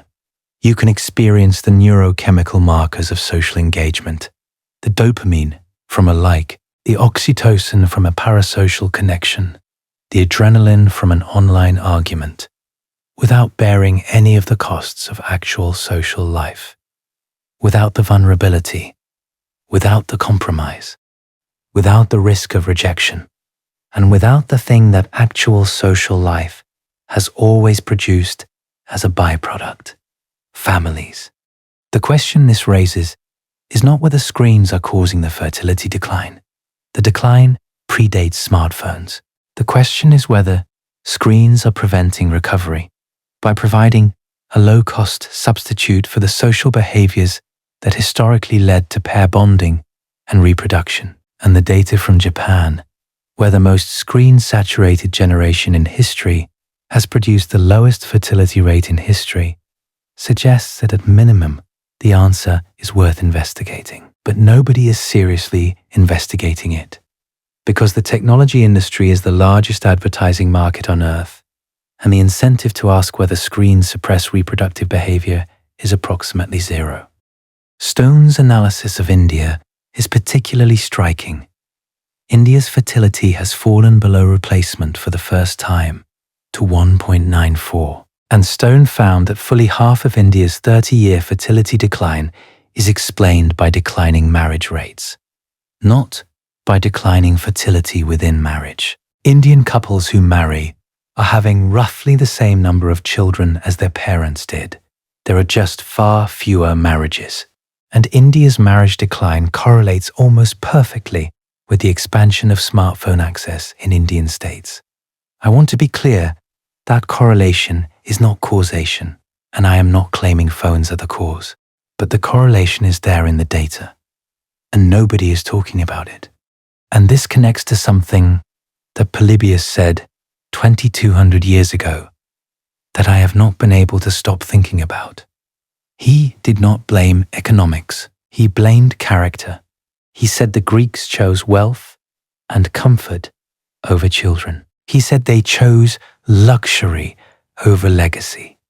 And what he was describing, in language that predates every modern sociological framework, is a shift in meaning. A shift from a culture in which children were the point of adult life to a culture in which children were an obstacle to the kind of adult life people had come to expect. That shift has happened in every civilization in the historical record that reached a certain level of wealth and security. And what I want to argue, with appropriate uncertainty, is that what Polybius called character and what Calhoun called the death of sociality, and what Levine and Swan calls the collapse of marriage, and what Spengler called civilizational winter, are all descriptions of the same phenomenon viewed through different lenses. Oswald Spengler published The Decline of the West in 2 volumes, 1918 and 1922. He was a German historian and philosopher, largely self-taught, the son of a postal official, who spent years working alone in a Munich apartment on what he believed was the key to all of human history. He proposed that civilizations follow organic life cycles the same way organisms do: birth, growth, maturity, decline, death. In Spengler's framework, every civilization passes through a final phase he called winter, characterized by cosmopolitanism, the rise of the world city or megalopolis, the replacement of religion with rationalism, the substitution of money for tradition, and the decline of fertility. Spengler described the inhabitants of the world city as people who had lost the will to reproduce. He saw this not as a policy failure, but as a biological inevitability, the natural endpoint of civilizational aging. Spengler was writing during World War I, and his pessimism was colored by the catastrophe unfolding around him. His framework was explicitly anti-progressive. He rejected the Enlightenment idea that history moves in a single direction toward improvement. Instead, he saw circular patterns, not identical but rhyming, with each civilization experiencing the same sequence of stages in its own unique cultural language: the Roman Forum and the modern stock exchange, the Roman circus and the modern sports stadium, Roman bread and circuses and modern welfare and entertainment. The parallels are uncomfortable precisely because they are not superficial. Spengler's framework is a metaphor, not a mechanism. Civilizations do not biologically age. They do not have DNA. They do not have telomeres. Treating them as organisms is poetic, not scientific. And yet, the pattern Spengler described in 1918, before any of the modern data existed, before South Korea existed as an independent state, before China's one-child policy, before Calhoun built his first enclosure, matches what the modern data shows with uncomfortable precision. Every urbanized, secularized, rationalized society in the data is below replacement. Every single one. The only developed world exception is Israel, which has maintained a religious and existential narrative around reproduction. The variable that predicts fertility is not GDP. It is not female education. It is not access to contraception. It is meaning. Specifically, the degree to which a culture provides a narrative framework in which having children is experienced as necessary, important, and connected to something larger than individual preference. And here is the data point that I think clarifies this more than any abstract argument could. Fertility rates among religiously observant populations within secular nations are consistently at or above replacement. Ultra-Orthodox Jewish communities in Israel have fertility rates above 6. The Amish in the United States have fertility rates above 5. Mormons in the Mountain West states have fertility rates near 3. Traditional Catholic communities in parts of Latin America and Africa maintain high fertility. These communities exist within the same economic systems, the same housing markets, the same healthcare systems, and the same labor markets as their secular neighbors. The economic conditions are identical. The fertility rates are radically different. The variable that separates them is not money. It is belief.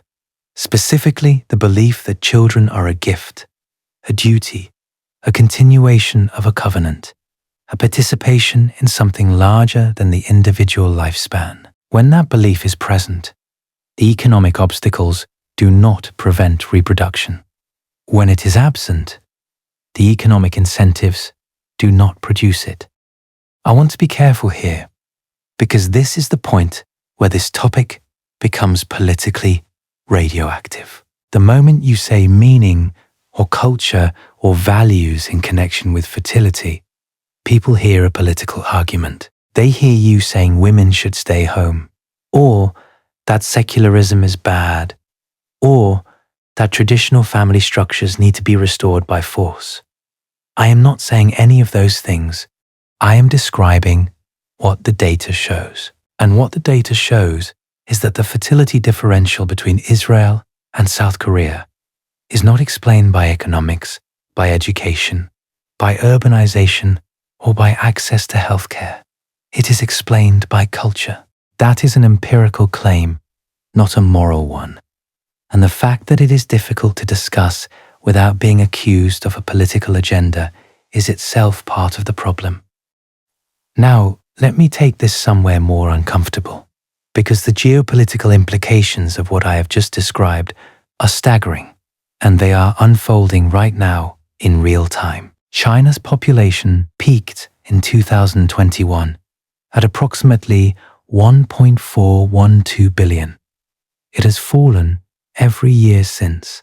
In 2024, the population stood at 1.408 billion, a decline of 1.39 million in a single year. Births in 2023 totaled 9.02 million, down from 17.86 million in 2016. The Chinese government lifted the one-child policy in 2016, allowed 2 children, then 3 in 2021. The response was a brief uptick and then continued acceleration downward. Demographer Yi Fushan has argued that China's actual fertility rate may be even lower than the official 1.0 to 1.2 range, claiming the government has systematically inflated birth figures for political reasons. The medium United Nations projection puts China at 639 million by 2100. A research team from Victoria University and the Shanghai Academy of Social Sciences published a 2024 projection of 525 million. Yi Fushan estimates 330 million. The lowest of those numbers represents a 77% decline from peak population in 80 years. No war, no famine, no plague, just empty cradles. To grasp the scale of what is happening to China, consider this. In 1950, China's median age was 22.7 years. Today, it is 39. By 2050, it will be over 50. A country with a median age of 50 is a country where more than half the population is past their economically productive prime. It is a country that needs more nursing homes than schools. It is a country that cannot field a military of young soldiers without stripping its workforce. China built the world's second largest economy on the back of a demographic dividend, a massive bulge of working-age adults relative to dependents. That dividend peaked around 2014. It is now in deficit, and the deficit will widen every year for the rest of the century. The concept of a demographic dividend is important because it explains why population trends create windows of power, not permanent advantages. When a country has a large share of its population in working age, roughly 15 to 64, and a relatively small share of dependents, both children and elderly, it experiences a surplus of productive capacity. That surplus funds infrastructure, military expansion, technological development, and geopolitical ambition. The United States experienced this from 1945 to roughly 1980. Japan experienced it from 1955 to 1990. China experienced it from 1980 to 2015. India is experiencing it right now. India's median age is 28. China's is 39. That 11-year gap represents an enormous difference in economic and military potential. India's total fertility rate has fallen below replacement for the first time to 1.94, but its population is still growing because of demographic momentum, the large cohort of women already born who are still having children. India will surpass China as the world's most populous country, if it has not already. And India will have a clean demographic dividend through approximately 2050, giving it a 25 to 30-year window of potential power accumulation. But India's window will also close. The same pattern that closed China's window, that closed Japan's window, that closed Europe's window, is already visible in India's fertility data. Kerala's fertility rate is 1.5. Tamil Nadu's is 1.6. The states that urbanized and educated first are already deep into the transition. The states that are still above replacement, Bihar, Uttar Pradesh, Jharkhand, are the poorest and least developed. India's demographic advantage is real, but it is a one-time resource. If it is not converted into institutional capacity, infrastructure, and geopolitical weight within the dividend window, the window will close and will not reopen. And the people who study power transitions, people like Hal Brands and Michael Beckley at Johns Hopkins and Tufts, have argued in their 2022 book Danger Zone that this demographic trajectory makes China most dangerous in the near term, specifically in the 2025 to 2035 window, because Beijing knows the window of relative power is closing. A country that will lose half its working-age population by mid-century has a narrowing timeline to assert regional or global dominance. The demographic clock is ticking, and the Chinese leadership can hear it. Russia is in a similar position, but with the accelerant of a war, Russia's total fertility rate in 2024 was 1.41. Births in the first quarter of 2025 were below 294,000, the lowest quarterly figure in 225 years. That number comes from demographer Alexei Raksha, who published it in the Moscow Times in April 2005. Russia's natural population decline in 2024 births minus deaths, was 596,200, an increase of 20.4% over 2023. Of Russia's 85 federal subjects, only Chechnya and Tuva are above replacement fertility. Russia has been trying to fix this for decades.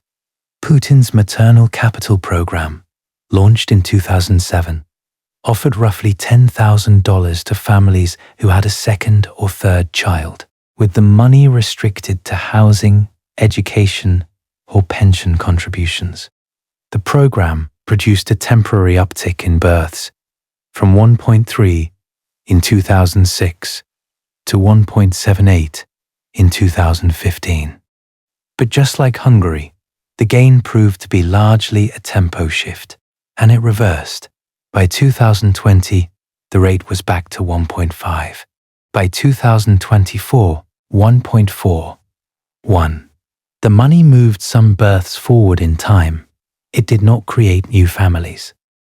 And then there is the war.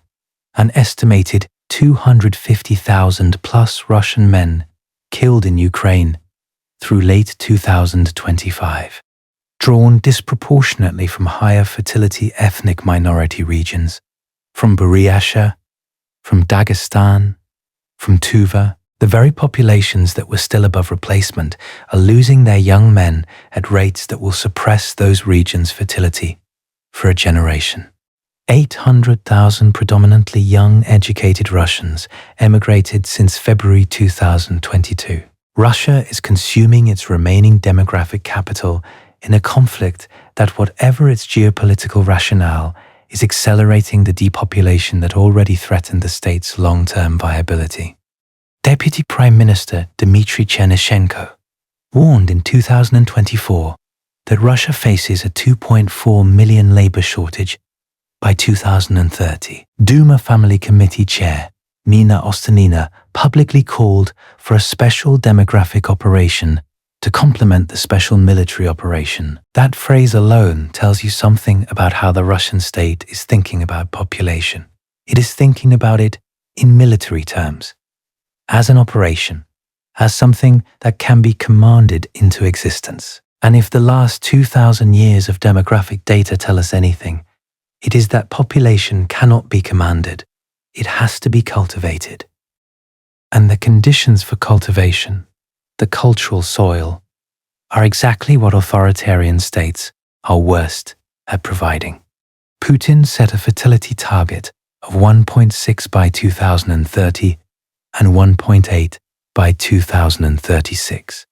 Russian demographers have called both targets unattainable. The Harvard Belfer Center's Russia Matters project published a 2025 analysis titled Russia's Demographic Vanishing Act that concluded Russia's demographic trajectory now represents a structural threat to the state's capacity to function as a great power by mid-century. Not because of Ukraine. Ukraine accelerated the problem. The problem existed before a single shot was fired. The United States has a buffer that no other major power possesses. Immigration. Net immigration of approximately 1 million per year, excluding the 2022 through 24 surge, is currently the only thing keeping the American population growing. Natural increase, births minus deaths, is now negative in 25 states. The Congressional Budget Office's January 2024 demographic update assumes immigration covers the gap through 2050. But immigration is not an infinite resource. The countries that currently send the most immigrants to the US, Mexico, Central America, parts of South Asia, are themselves experiencing rapid fertility decline. Mexico's fertility rate is already below replacement. By 2050, there may not be enough people who want to immigrate to fill the American demographic gap. The buffer is finite, and the clock is running.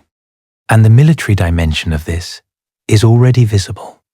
In fiscal year 2023, the US Army missed its recruiting goal of 65,000 by 10,000 soldiers. The US Navy recruited 30,236 enlisted sailors against a goal of 37,700, missing by 7,464.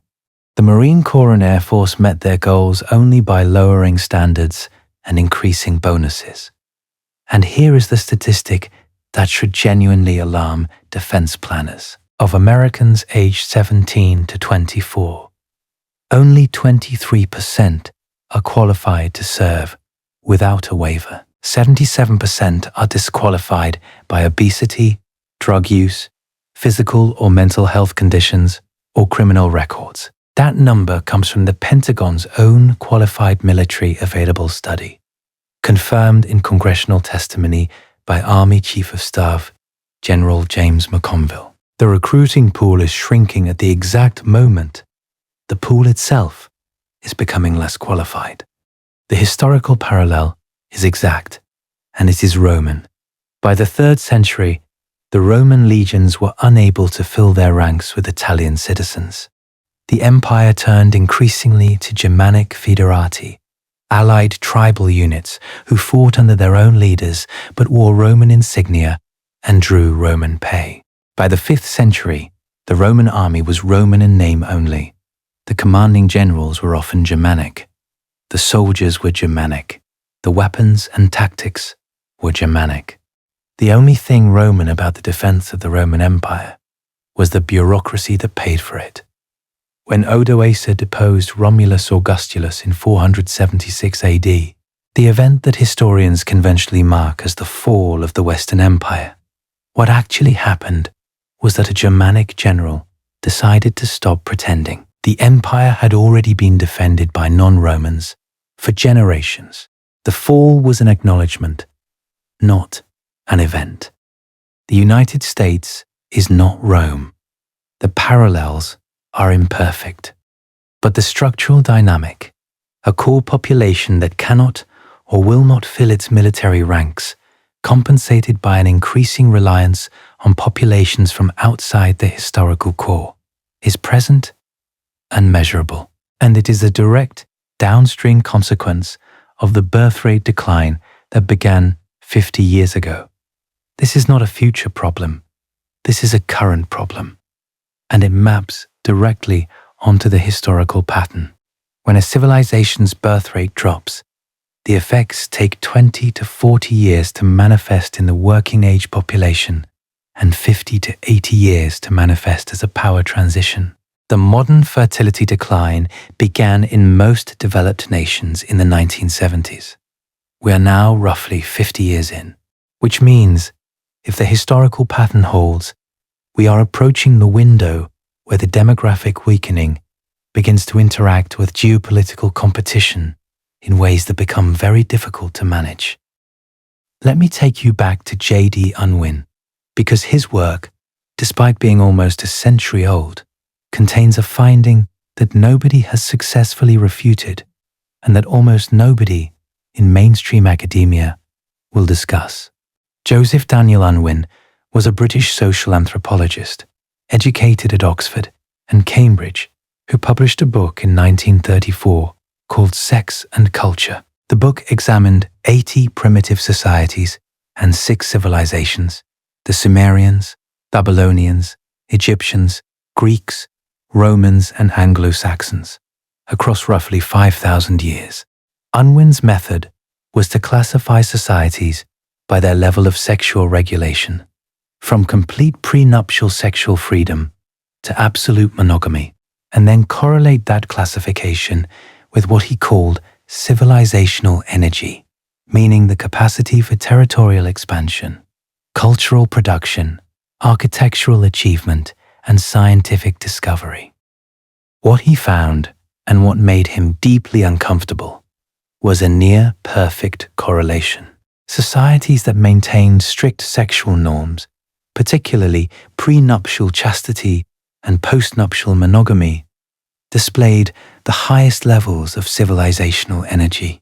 Societies that abandoned those norms displayed the lowest, and the transition from high regulation to low regulation was always followed within 3 generations by a decline in both cultural output and territorial power. Unwin calculated the delay as roughly 100 years, not immediately, not in the generation that changed the norms, in their grandchildren. The mechanism he proposed was what he called social energy, a concept that has not aged well in scientific terms, but that maps onto something real. Unwin argued that sexual restraint redirected biological energy into social and creative enterprises, and that when the restraint was removed, the energy dissipated. This is a 19th century hydraulic model of the psyche, and it is not how modern neuroscience works. But the empirical pattern he documented is independent of the mechanism he proposed to explain it. The pattern exists whether or not his explanation for it is correct. Unwin was not a conservative moralist. He described himself as a rationalist and a liberal. He wrote, "I offer no opinion about the rightness or wrongness of these matters. In human records, there is no instance of a society retaining its energy after a complete new generation has inherited a tradition which does not insist on prenuptial and postnuptial continence." He was, by all accounts, disturbed by his own findings. He had expected to find evidence that sexual liberation correlated with creative flourishing. He found the opposite, and he published it anyway, which took a kind of intellectual courage that is not common. Aldous Huxley, who was neither a prude nor a reactionary, called the book a work of the highest importance, and then the book was more or less forgotten. It went out of print. It is now extremely difficult to find a physical copy. You can find excerpts online, but the full text is functionally unavailable to the general public. Sex and Culture is one of the most thorough empirical studies of the relationship between social norms and civilizational outcomes ever conducted. And it is effectively buried, not because it was refuted, because the conclusion was unwelcome. Now, Unwin's framework is reductive. He reduced an enormously complex set of social dynamics to a single variable, which is bad methodology. His categories are crude. His definition of civilizational energy is subjective. Modern anthropology has not validated his specific mechanism, but the core empirical observation, that civilizational vitality and reproductive seriousness, covary, has not been refuted on the data. Nobody has taken his dataset and shown that the correlation does not exist. They have mostly just stopped citing him. The parallel to Calhoun is obvious. Calhoun showed that in a mammalian population, given safety and abundance, reproductive behavior collapses. Unwin showed that in human societies that relax sexual regulation, civilizational output declines within 3 generations. Spengler argued that the world city produces a sterile population that has lost the will to reproduce. Polybius documented Greek depopulation and blamed comfort and greed. And Turchin's secular cycles show that demographic variables, whether population growth or population contraction, interact with elite dynamics to produce cycles of crisis and reorganization. These are not the same theory. They are different people across different centuries using different methods, arriving at overlapping descriptions of the same pattern. A civilization reaches a level of safety and prosperity. Something shifts. The meaning structures that supported reproduction weaken. Fertility drops. The effects take 2 to 3 generations to become visible. And by the time they become visible, the momentum is irreversible. What makes this convergence so unsettling is that each of these thinkers was working independently. Spengler did not read Calhoun. Calhoun did not read Turchin. Turchin did not read Unwin. Polybius predated all of them by 2 millennia. They could not have influenced each other, and yet they all arrived at versions of the same conclusion, that there is something in the architecture of civilizations something that operates at the intersection of culture and biology, that produces reproductive shutdown when certain conditions are met. The conditions are not identical across their frameworks, but they overlap. Safety appears in all of them. Abundance appears in all of them. The absence of existential threat appears in all of them. The relaxation of social norms appears in Unwin and Spengler. The loss of meaningful social roles appears in Calhoun. The overproduction of elites and subsequent hypercompetition appears in Turchin. And the prioritization of individual comfort over collective continuity appears in Polybius and is echoed in every modern survey that asks people why they chose not to have children. If one thinker had identified this pattern, you could dismiss it as a pet theory. If two had, you could call it an interesting coincidence. 5. Across different centuries, different disciplines, different methodologies, all describing the same pattern with the same timing and the same outcome, is something else. It is not proof. The social sciences do not produce proof, but it is a convergence of evidence strong enough that the burden of explanation should fall on the people who insist we are an exception, not on the people who see the pattern repeating. I have been looking for a counterexample. A civilization that experienced sustained sub-replacement fertility and recovered without being conquered or absorbed. I have not found one. Bricker and Ibbotson in Empty Planet frame this as the low fertility trap, noting that no country that has dropped below 1.5 has ever returned to replacement. Some demographers dispute whether the trap is permanent, pointing to small recoveries in Scandinavia in the 2000s. But those recoveries topped out at 1.5 to 1.7, still well below replacement, and have since reversed. The Nordic model, which was supposed to prove that generous family policy plus gender equality could sustain fertility, has collapsed alongside every other model.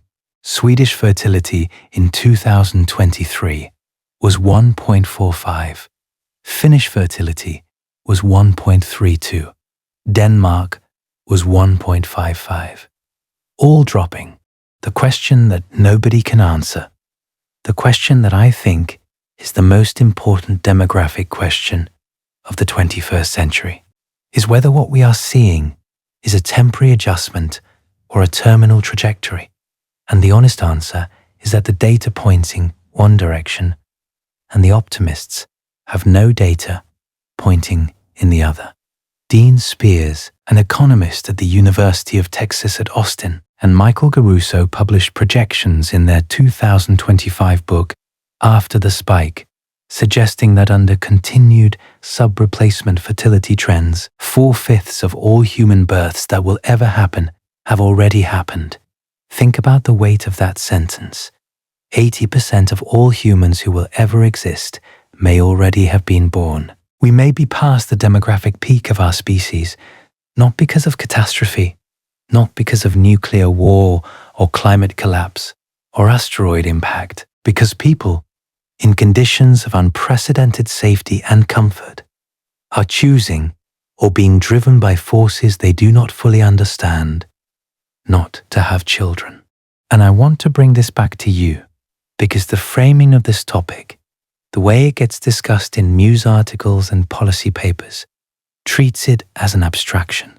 Fertility rates, population projections, GDP impacts, pension funding gaps. But this is not abstract. This is about whether the civilization you are living in right now will still exist in a recognizable form by the time your grandchildren are adults. That is not hyperbole. At a sustained total fertility rate of 1.5, each generation is 71% the size of the previous one. Population halves roughly every 60 years. That is within living memory. That is not a centuries-long geological process. That is your family tree going from having dozens of branches to having 2 or 3 in the time it takes to pay off a mortgage. Think about what this means in concrete terms. If the fertility rate does not change, the generation of Americans being born right now, the children of millennials, will reach adulthood in a country with 20 to 30% fewer working-age people than the one their parents grew up in.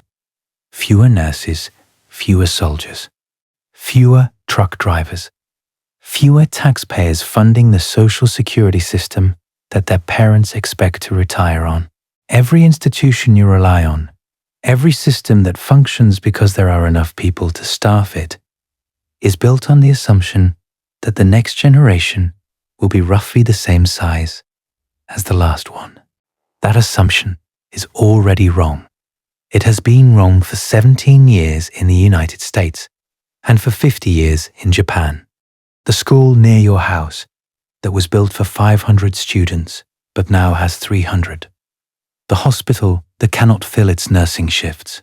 The restaurant that closes 2 days a week because it cannot find staff. The small town whose population has halved since 1970. These are not anecdotes. These are early symptoms of the same process that emptied the Greek cities Polybius described, that forced Augustus to rewrite Roman law, that drove Calhoun to spend his final years writing papers nobody would fund. The process has a lag, a long one, long enough that you can live your entire adult life inside it, without recognizing it for what it is. The way a person can live inside a slowly cooling house for hours before realizing the furnace has been off since morning. And the most troubling thing about the lag is that by the time the consequences become undeniable, the window for reversal has already closed. The women who were not born 20 years ago cannot decide to be born now. The marriages that did not happen in 2010 cannot retroactively produce the children that would have entered the workforce in 2035. Demographic momentum is a one-way street. You cannot make up for lost births.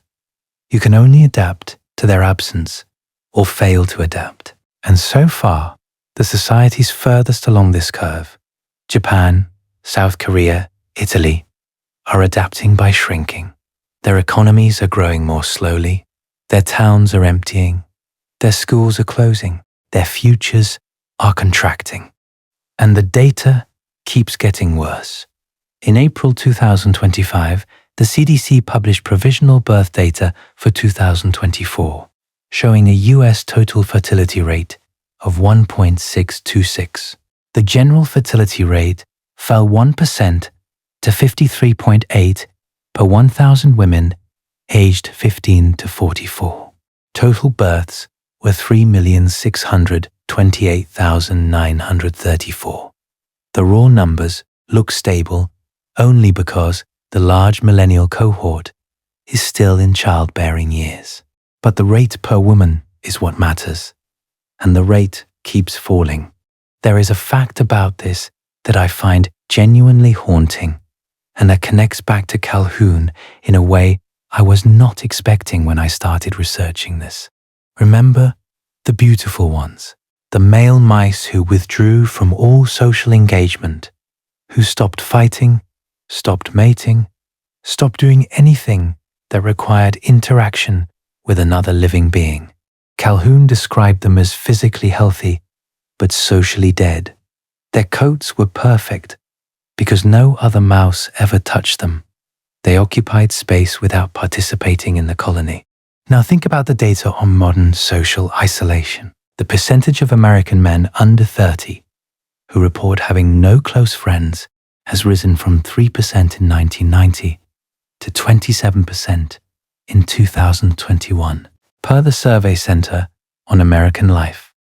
The percentage of young men who are single and not looking for a relationship has roughly doubled in the last decade.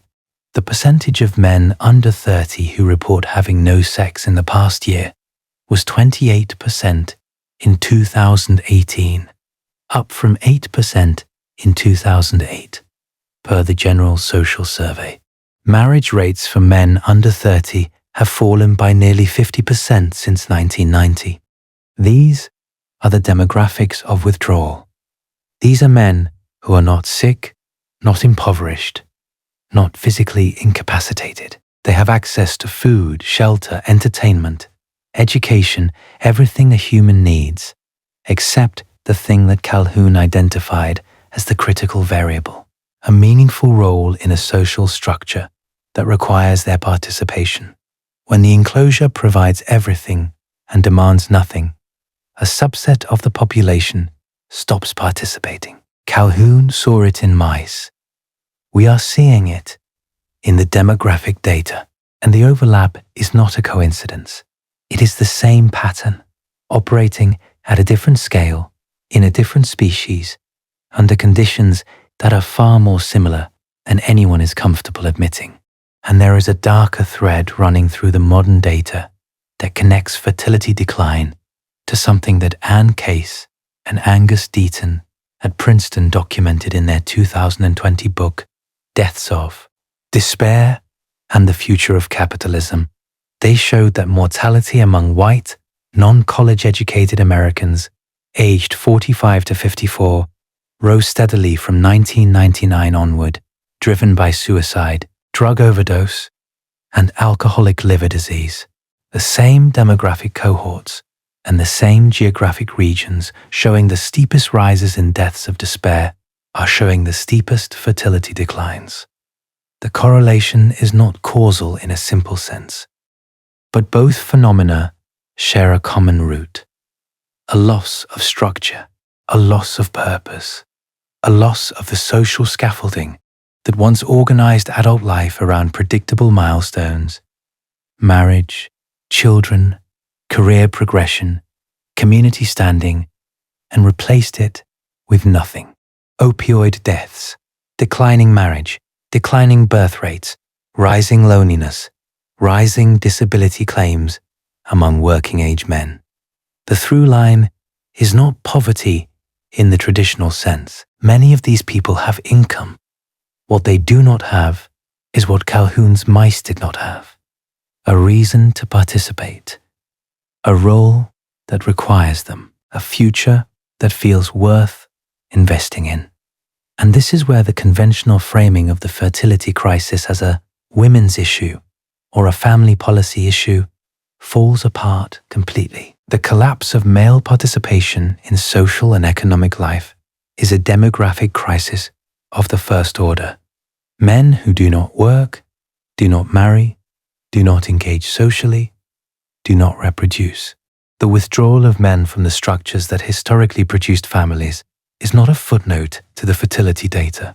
It is the fertility data. It is the mechanism by which the beautiful ones are generated in a human population, not through overcrowding, but through purposelessness. I am not saying we are mice.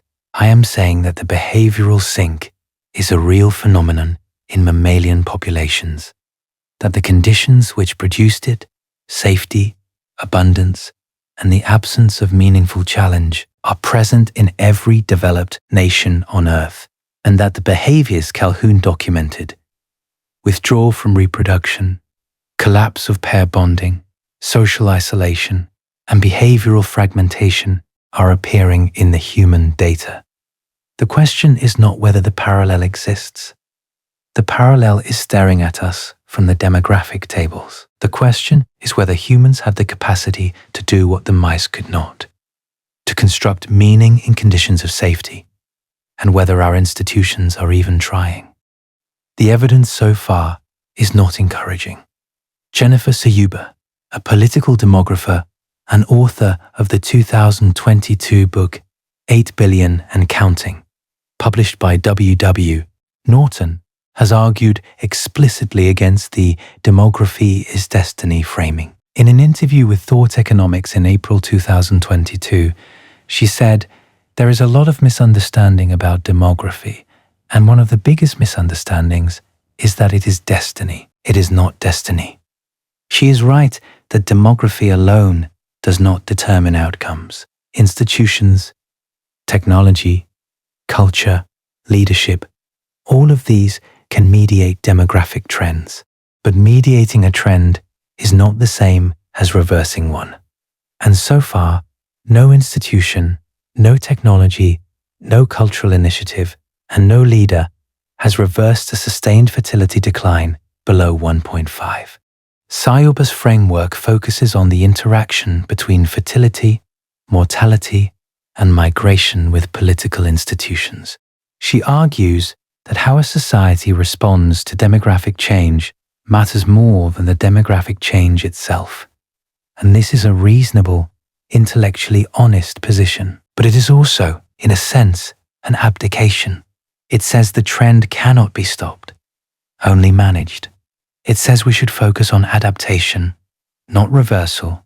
And while that may be pragmatically correct, it also means accepting that the civilizations currently below replacement fertility will contract, and that the balance of global power will shift toward whatever populations are still growing. Which brings us to the part of this that nobody wants to talk about publicly because it intersects with some of the most toxic political discourse of the last decade. The populations that are still growing are, almost without exception, in sub-Saharan Africa. Chad, Somalia, the Democratic Republic of Congo, Niger, these countries have fertility rates above 5, some above 6. Sub-Saharan Africa is projected by the UN to account for the majority of global population growth through 2100. Nigeria alone could have a population exceeding 400 million by 2050, which would make it the third most populous country on Earth. But even this last reservoir of high fertility is draining faster than projected. Kenya's fertility rate has already fallen below 3. Botswana is below 3. South Africa has been below 3 for years. Ethiopia, the second most populous country in Africa, has fallen below 4 and is declining rapidly. The pattern that took Europe a century and East Asia a few decades is unfolding in parts of Africa in a single generation. The mechanism is the same: urbanization and smartphones carrying Western cultural norms directly into societies that skipped the intermediate stages. A woman in Lagos or Nairobi in 2025 has access to the same information, the same cultural messaging, the same aspirational models as a woman in London or Tokyo. The demographic transition that Frank Notstein assumed would take generations is being compressed by information technology into years. Daryl Bricker and John Ibbotson, in their 2019 book, Empty Planet, argued that the UN's median population projections are systematically too high because they underestimate the speed of fertility decline in the global south. Their most aggressive scenario has global population peaking below 9 billion around 2055 and falling to 7.2 billion by 2100. If they are right, and the recent data from Africa suggests they may be, then the window during which sub-Saharan Africa can serve as a demographic counterweight to the developed world's decline is shorter than anyone assumed. And this means the endgame is not a world where some regions grow while others shrink. It is a world where everyone shrinks, just at different speeds and starting at different times. The question is not whether global population will peak and decline. That appears almost certain. The question is when and how fast, and whether the political and economic systems designed for a growing world can survive the transition to a shrinking one. Now, there is a political narrative, one I want to name and explicitly reject, that frames demographic change as replacement. That narrative is conspiratorial, racialized, and empirically bankrupt. No one is orchestrating demographic change. What is happening is that some populations are voluntarily declining, while others are still growing, and migration flows from growing to declining populations are filling the vacuum that the declining populations created for themselves. The data is clear. The primary driver of demographic change in low fertility societies is the internal decision made by millions of individuals not to have children. Immigration is a response to that decision, not a cause of it. But the empirical reality that the migration narrative is not a conspiracy, does not make the underlying trend less significant. A civilization that does not reproduce is a civilization that will be replaced not by invasion, but by subtraction. You do not need an army to conquer a country whose maternity wards are empty. You just need to wait. The math does the rest, and the waiting period, historically, is about 2 to 3 generations, which is roughly where we are. I want to end with something that has been building since the beginning of this, a connection between 3 people separated by thousands of years, who all saw the same thing, and all tried to warn the world in their own way. Polybius, the Greek hostage in Rome, who watched his civilization being consumed by another, and wrote down why. He said the Greeks chose comfort over children, and that their cities emptied because their people decided wealth mattered more than legacy. He was right. Greece was absorbed. The culture survived in fragments, in philosophy, in architecture, in the myths Rome adopted. But the civilization, the living political entity that was Greece, ended. Not because of Roman swords, because of Greek cradles.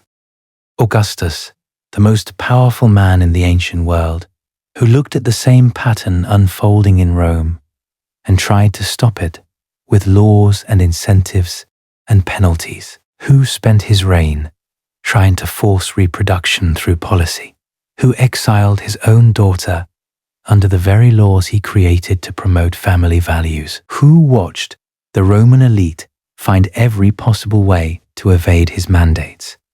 Augustus was right about the problem and wrong about the solution. He thought he could legislate meaning into existence. He could not. Rome's elite continued to contract. The legions were increasingly filled by non-citizens from the periphery. The empire's center of gravity shifted, and 5 centuries later, the last emperor was deposed by a Germanic chieftain whose people had been having children at rates the Romans had long since abandoned. And John B. Calhoun, the ethologist from Tennessee, who built paradise for mice 25 times and watched it collapse 25 times and spent the last decade of his life trying to tell anyone who would listen that safety without purpose produces extinction.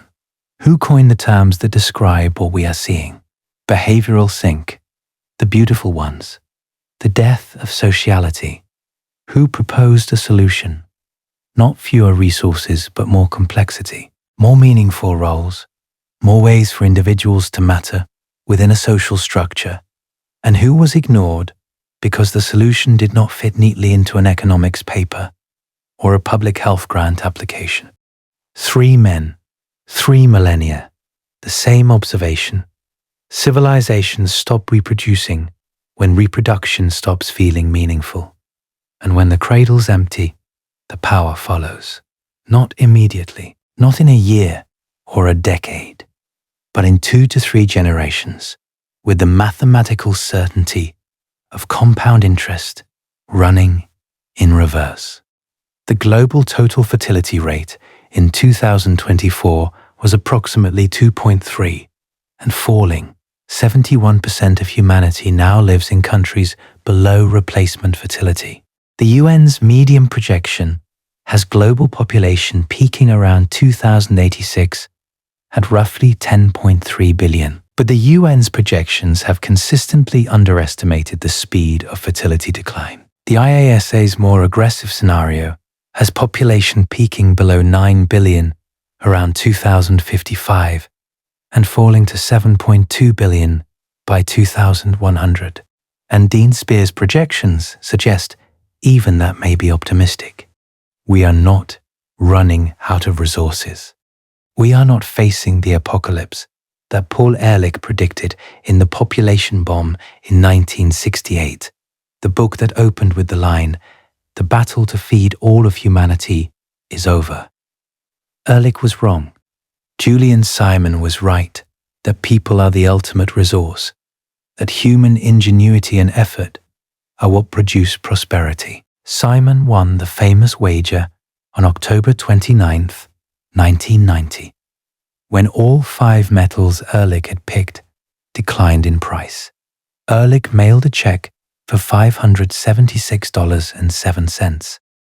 But what neither man anticipated was that the ultimate resource itself would start to disappear, not because of famine or disease or war, because of something quieter, something that looks, from the outside, like a choice, something that the people making it might describe as rational, as practical, as a reasonable response to the cost of living, or the demands of a career, or the difficulty of finding the right partner, or the anxiety of bringing a child into an uncertain world. But the same words, the same reasons, the same rationalizations appear in Polybius. They appear in Tacitus. They appear in the letters of Roman senators, explaining why they were betrothing themselves to infant girls to avoid the penalties for childlessness. They appear in the writings of every civilization at the moment its demographic curve began to flatten and then to fall.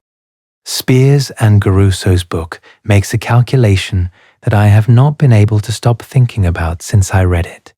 They project that under continued sub-replacement fertility, the total number of human beings who will ever live can be estimated. Their projection suggests 4/5 of all births that will ever occur have already occurred.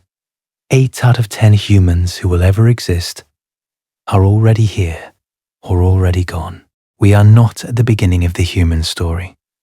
We may be past the midpoint, and the declining half is not a slow sunset.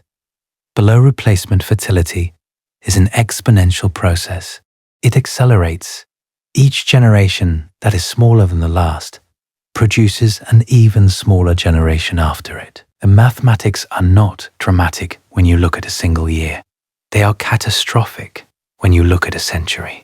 At a total fertility rate of 1.5 sustained, which is roughly where the developed world average sits right now, each generation is 71% the size of the previous one. That means if you start with 1,000 people, after 1 generation you have 710. After 2 generations, 500. After 3, 350. After 4, 250. In roughly 120 years, the population has dropped by 75%. That is within the span of overlapping human lifetimes. A child born today could live to see a world with 1/4 the population of the one they were born into. And all of this happens without a single war, without a single plague, without a single natural disaster, just the quiet, compounding mathematics of empty cradles. And this is the thing I cannot stop thinking about. The reasons always sound reasonable. They always sound like individual choices responding to specific economic and social conditions. But the pattern repeats across civilizations that had nothing in common economically, technologically, or culturally. Ancient Athens had nothing in common with modern Seoul. Imperial Rome had nothing in common with contemporary Japan. And yet the same demographic curve, the same behavioral shift, the same rationalizations, the same failed policy responses appear in every case. The variables change. The pattern does not, which means either every civilization in history has independently arrived at the same rational calculation, and all of those calculations happen to produce the same outcome, which is a remarkable coincidence.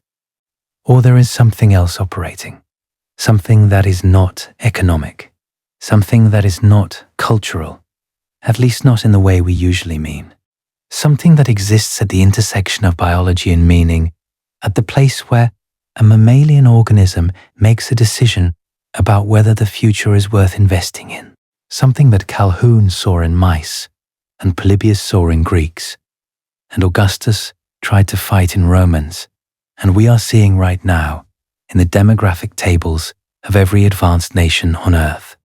I do not know what to call it. I am not sure anyone does. Spengler called it winter. Calhoun called it the behavioral sink. Turchin calls it the crisis phase. Unwin called it the loss of social energy. Mary Eberstadt, in her 2019 book Primal Screams, called it identity panic born from family dissolution. None of those names explain the mechanism.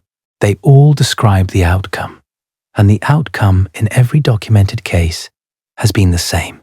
The data has been sitting there for years. The experiments were published. The historical accounts were written. The pattern was identified, described, warned about, and ignored over and over again across millennia in every language by people who could see what was happening and could not stop it. South Korea spent $270 billion. Hungary spent 6% of its GDP. Augustus rewrote the legal code. None of it worked. And the reason none of it worked is the reason Calhoun spent his final years trying to articulate before his funding dried up and his colleagues moved on to other things. The problem was never resources. The problem was never policy. The problem was never the birth rate itself, because the birth rate is not a cause, it is a symptom. It is the vital sign of a civilization's relationship with its own future. When a society believes in its future, believes that the future will contain something worth building toward, worth sacrificing for, worth perpetuating through the bodies and minds of the next generation, the birth rate takes care of itself. It always has. Israel proves it. Religious communities within secular nations prove it. Every civilization in its expansion phase proves it. People do not need to be incentivized to reproduce when reproduction feels like an act of meaning rather than an act of consumption. And when that meaning is absent, when the future feels empty or threatening or simply not worth the trouble, no amount of money, no amount of policy, no amount of subsidized daycare or free IVF or tax-exempt diapers will change the fundamental calculation, because the calculation is not financial, it is existential, and you cannot buy your way out of an existential crisis. You can only build something worth believing in. Calhoun built paradise 25 times. The mice went extinct 25 times, and on the 25th attempt, in that metal enclosure at the Nimech facility in Toolsville, Maryland, surrounded by immaculate mice with unblemished fur who had forgotten how to be mice, he understood something that he spent the rest of his life trying to make the rest of us understand. The problem is not the enclosure. The problem is not the resources. The problem is not the crowding, because the enclosure was never full. The problem is what happens to a living system when every threat is removed and no meaning is put in its place. The enclosure does not need walls. It does not need to be made of metal. It does not need to be designed by a researcher with a clipboard. It just needs to be safe, comfortable, abundant, and empty of anything that would require the organism inside it to fight, to build, to sacrifice, to invest in a future it cannot see but believes in anyway. You are inside the enclosure right now. So am I. So is everyone listening to this. And the birth rate is the instrument reading that tells you the pressure is dropping. Not because people cannot afford children, because something deeper than affordability has shifted. Something that economics cannot measure and policy cannot reach. Something that has been whispering through the data for 2,000 years. From Polybius watching the Greek cities empty to Augustus begging Roman knights to marry to Calhoun, watching the beautiful ones groom their fur in silence. The cradles empty first.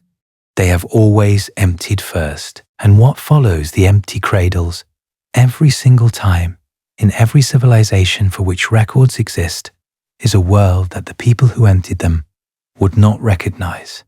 That is not a prediction. That is the historical record.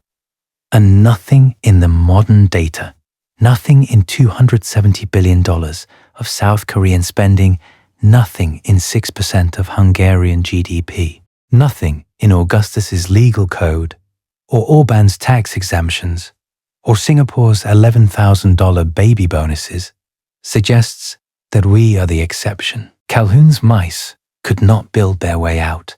They had everything except a reason. That is the only thing that has ever mattered, and it is the one thing no government on earth is trying to provide.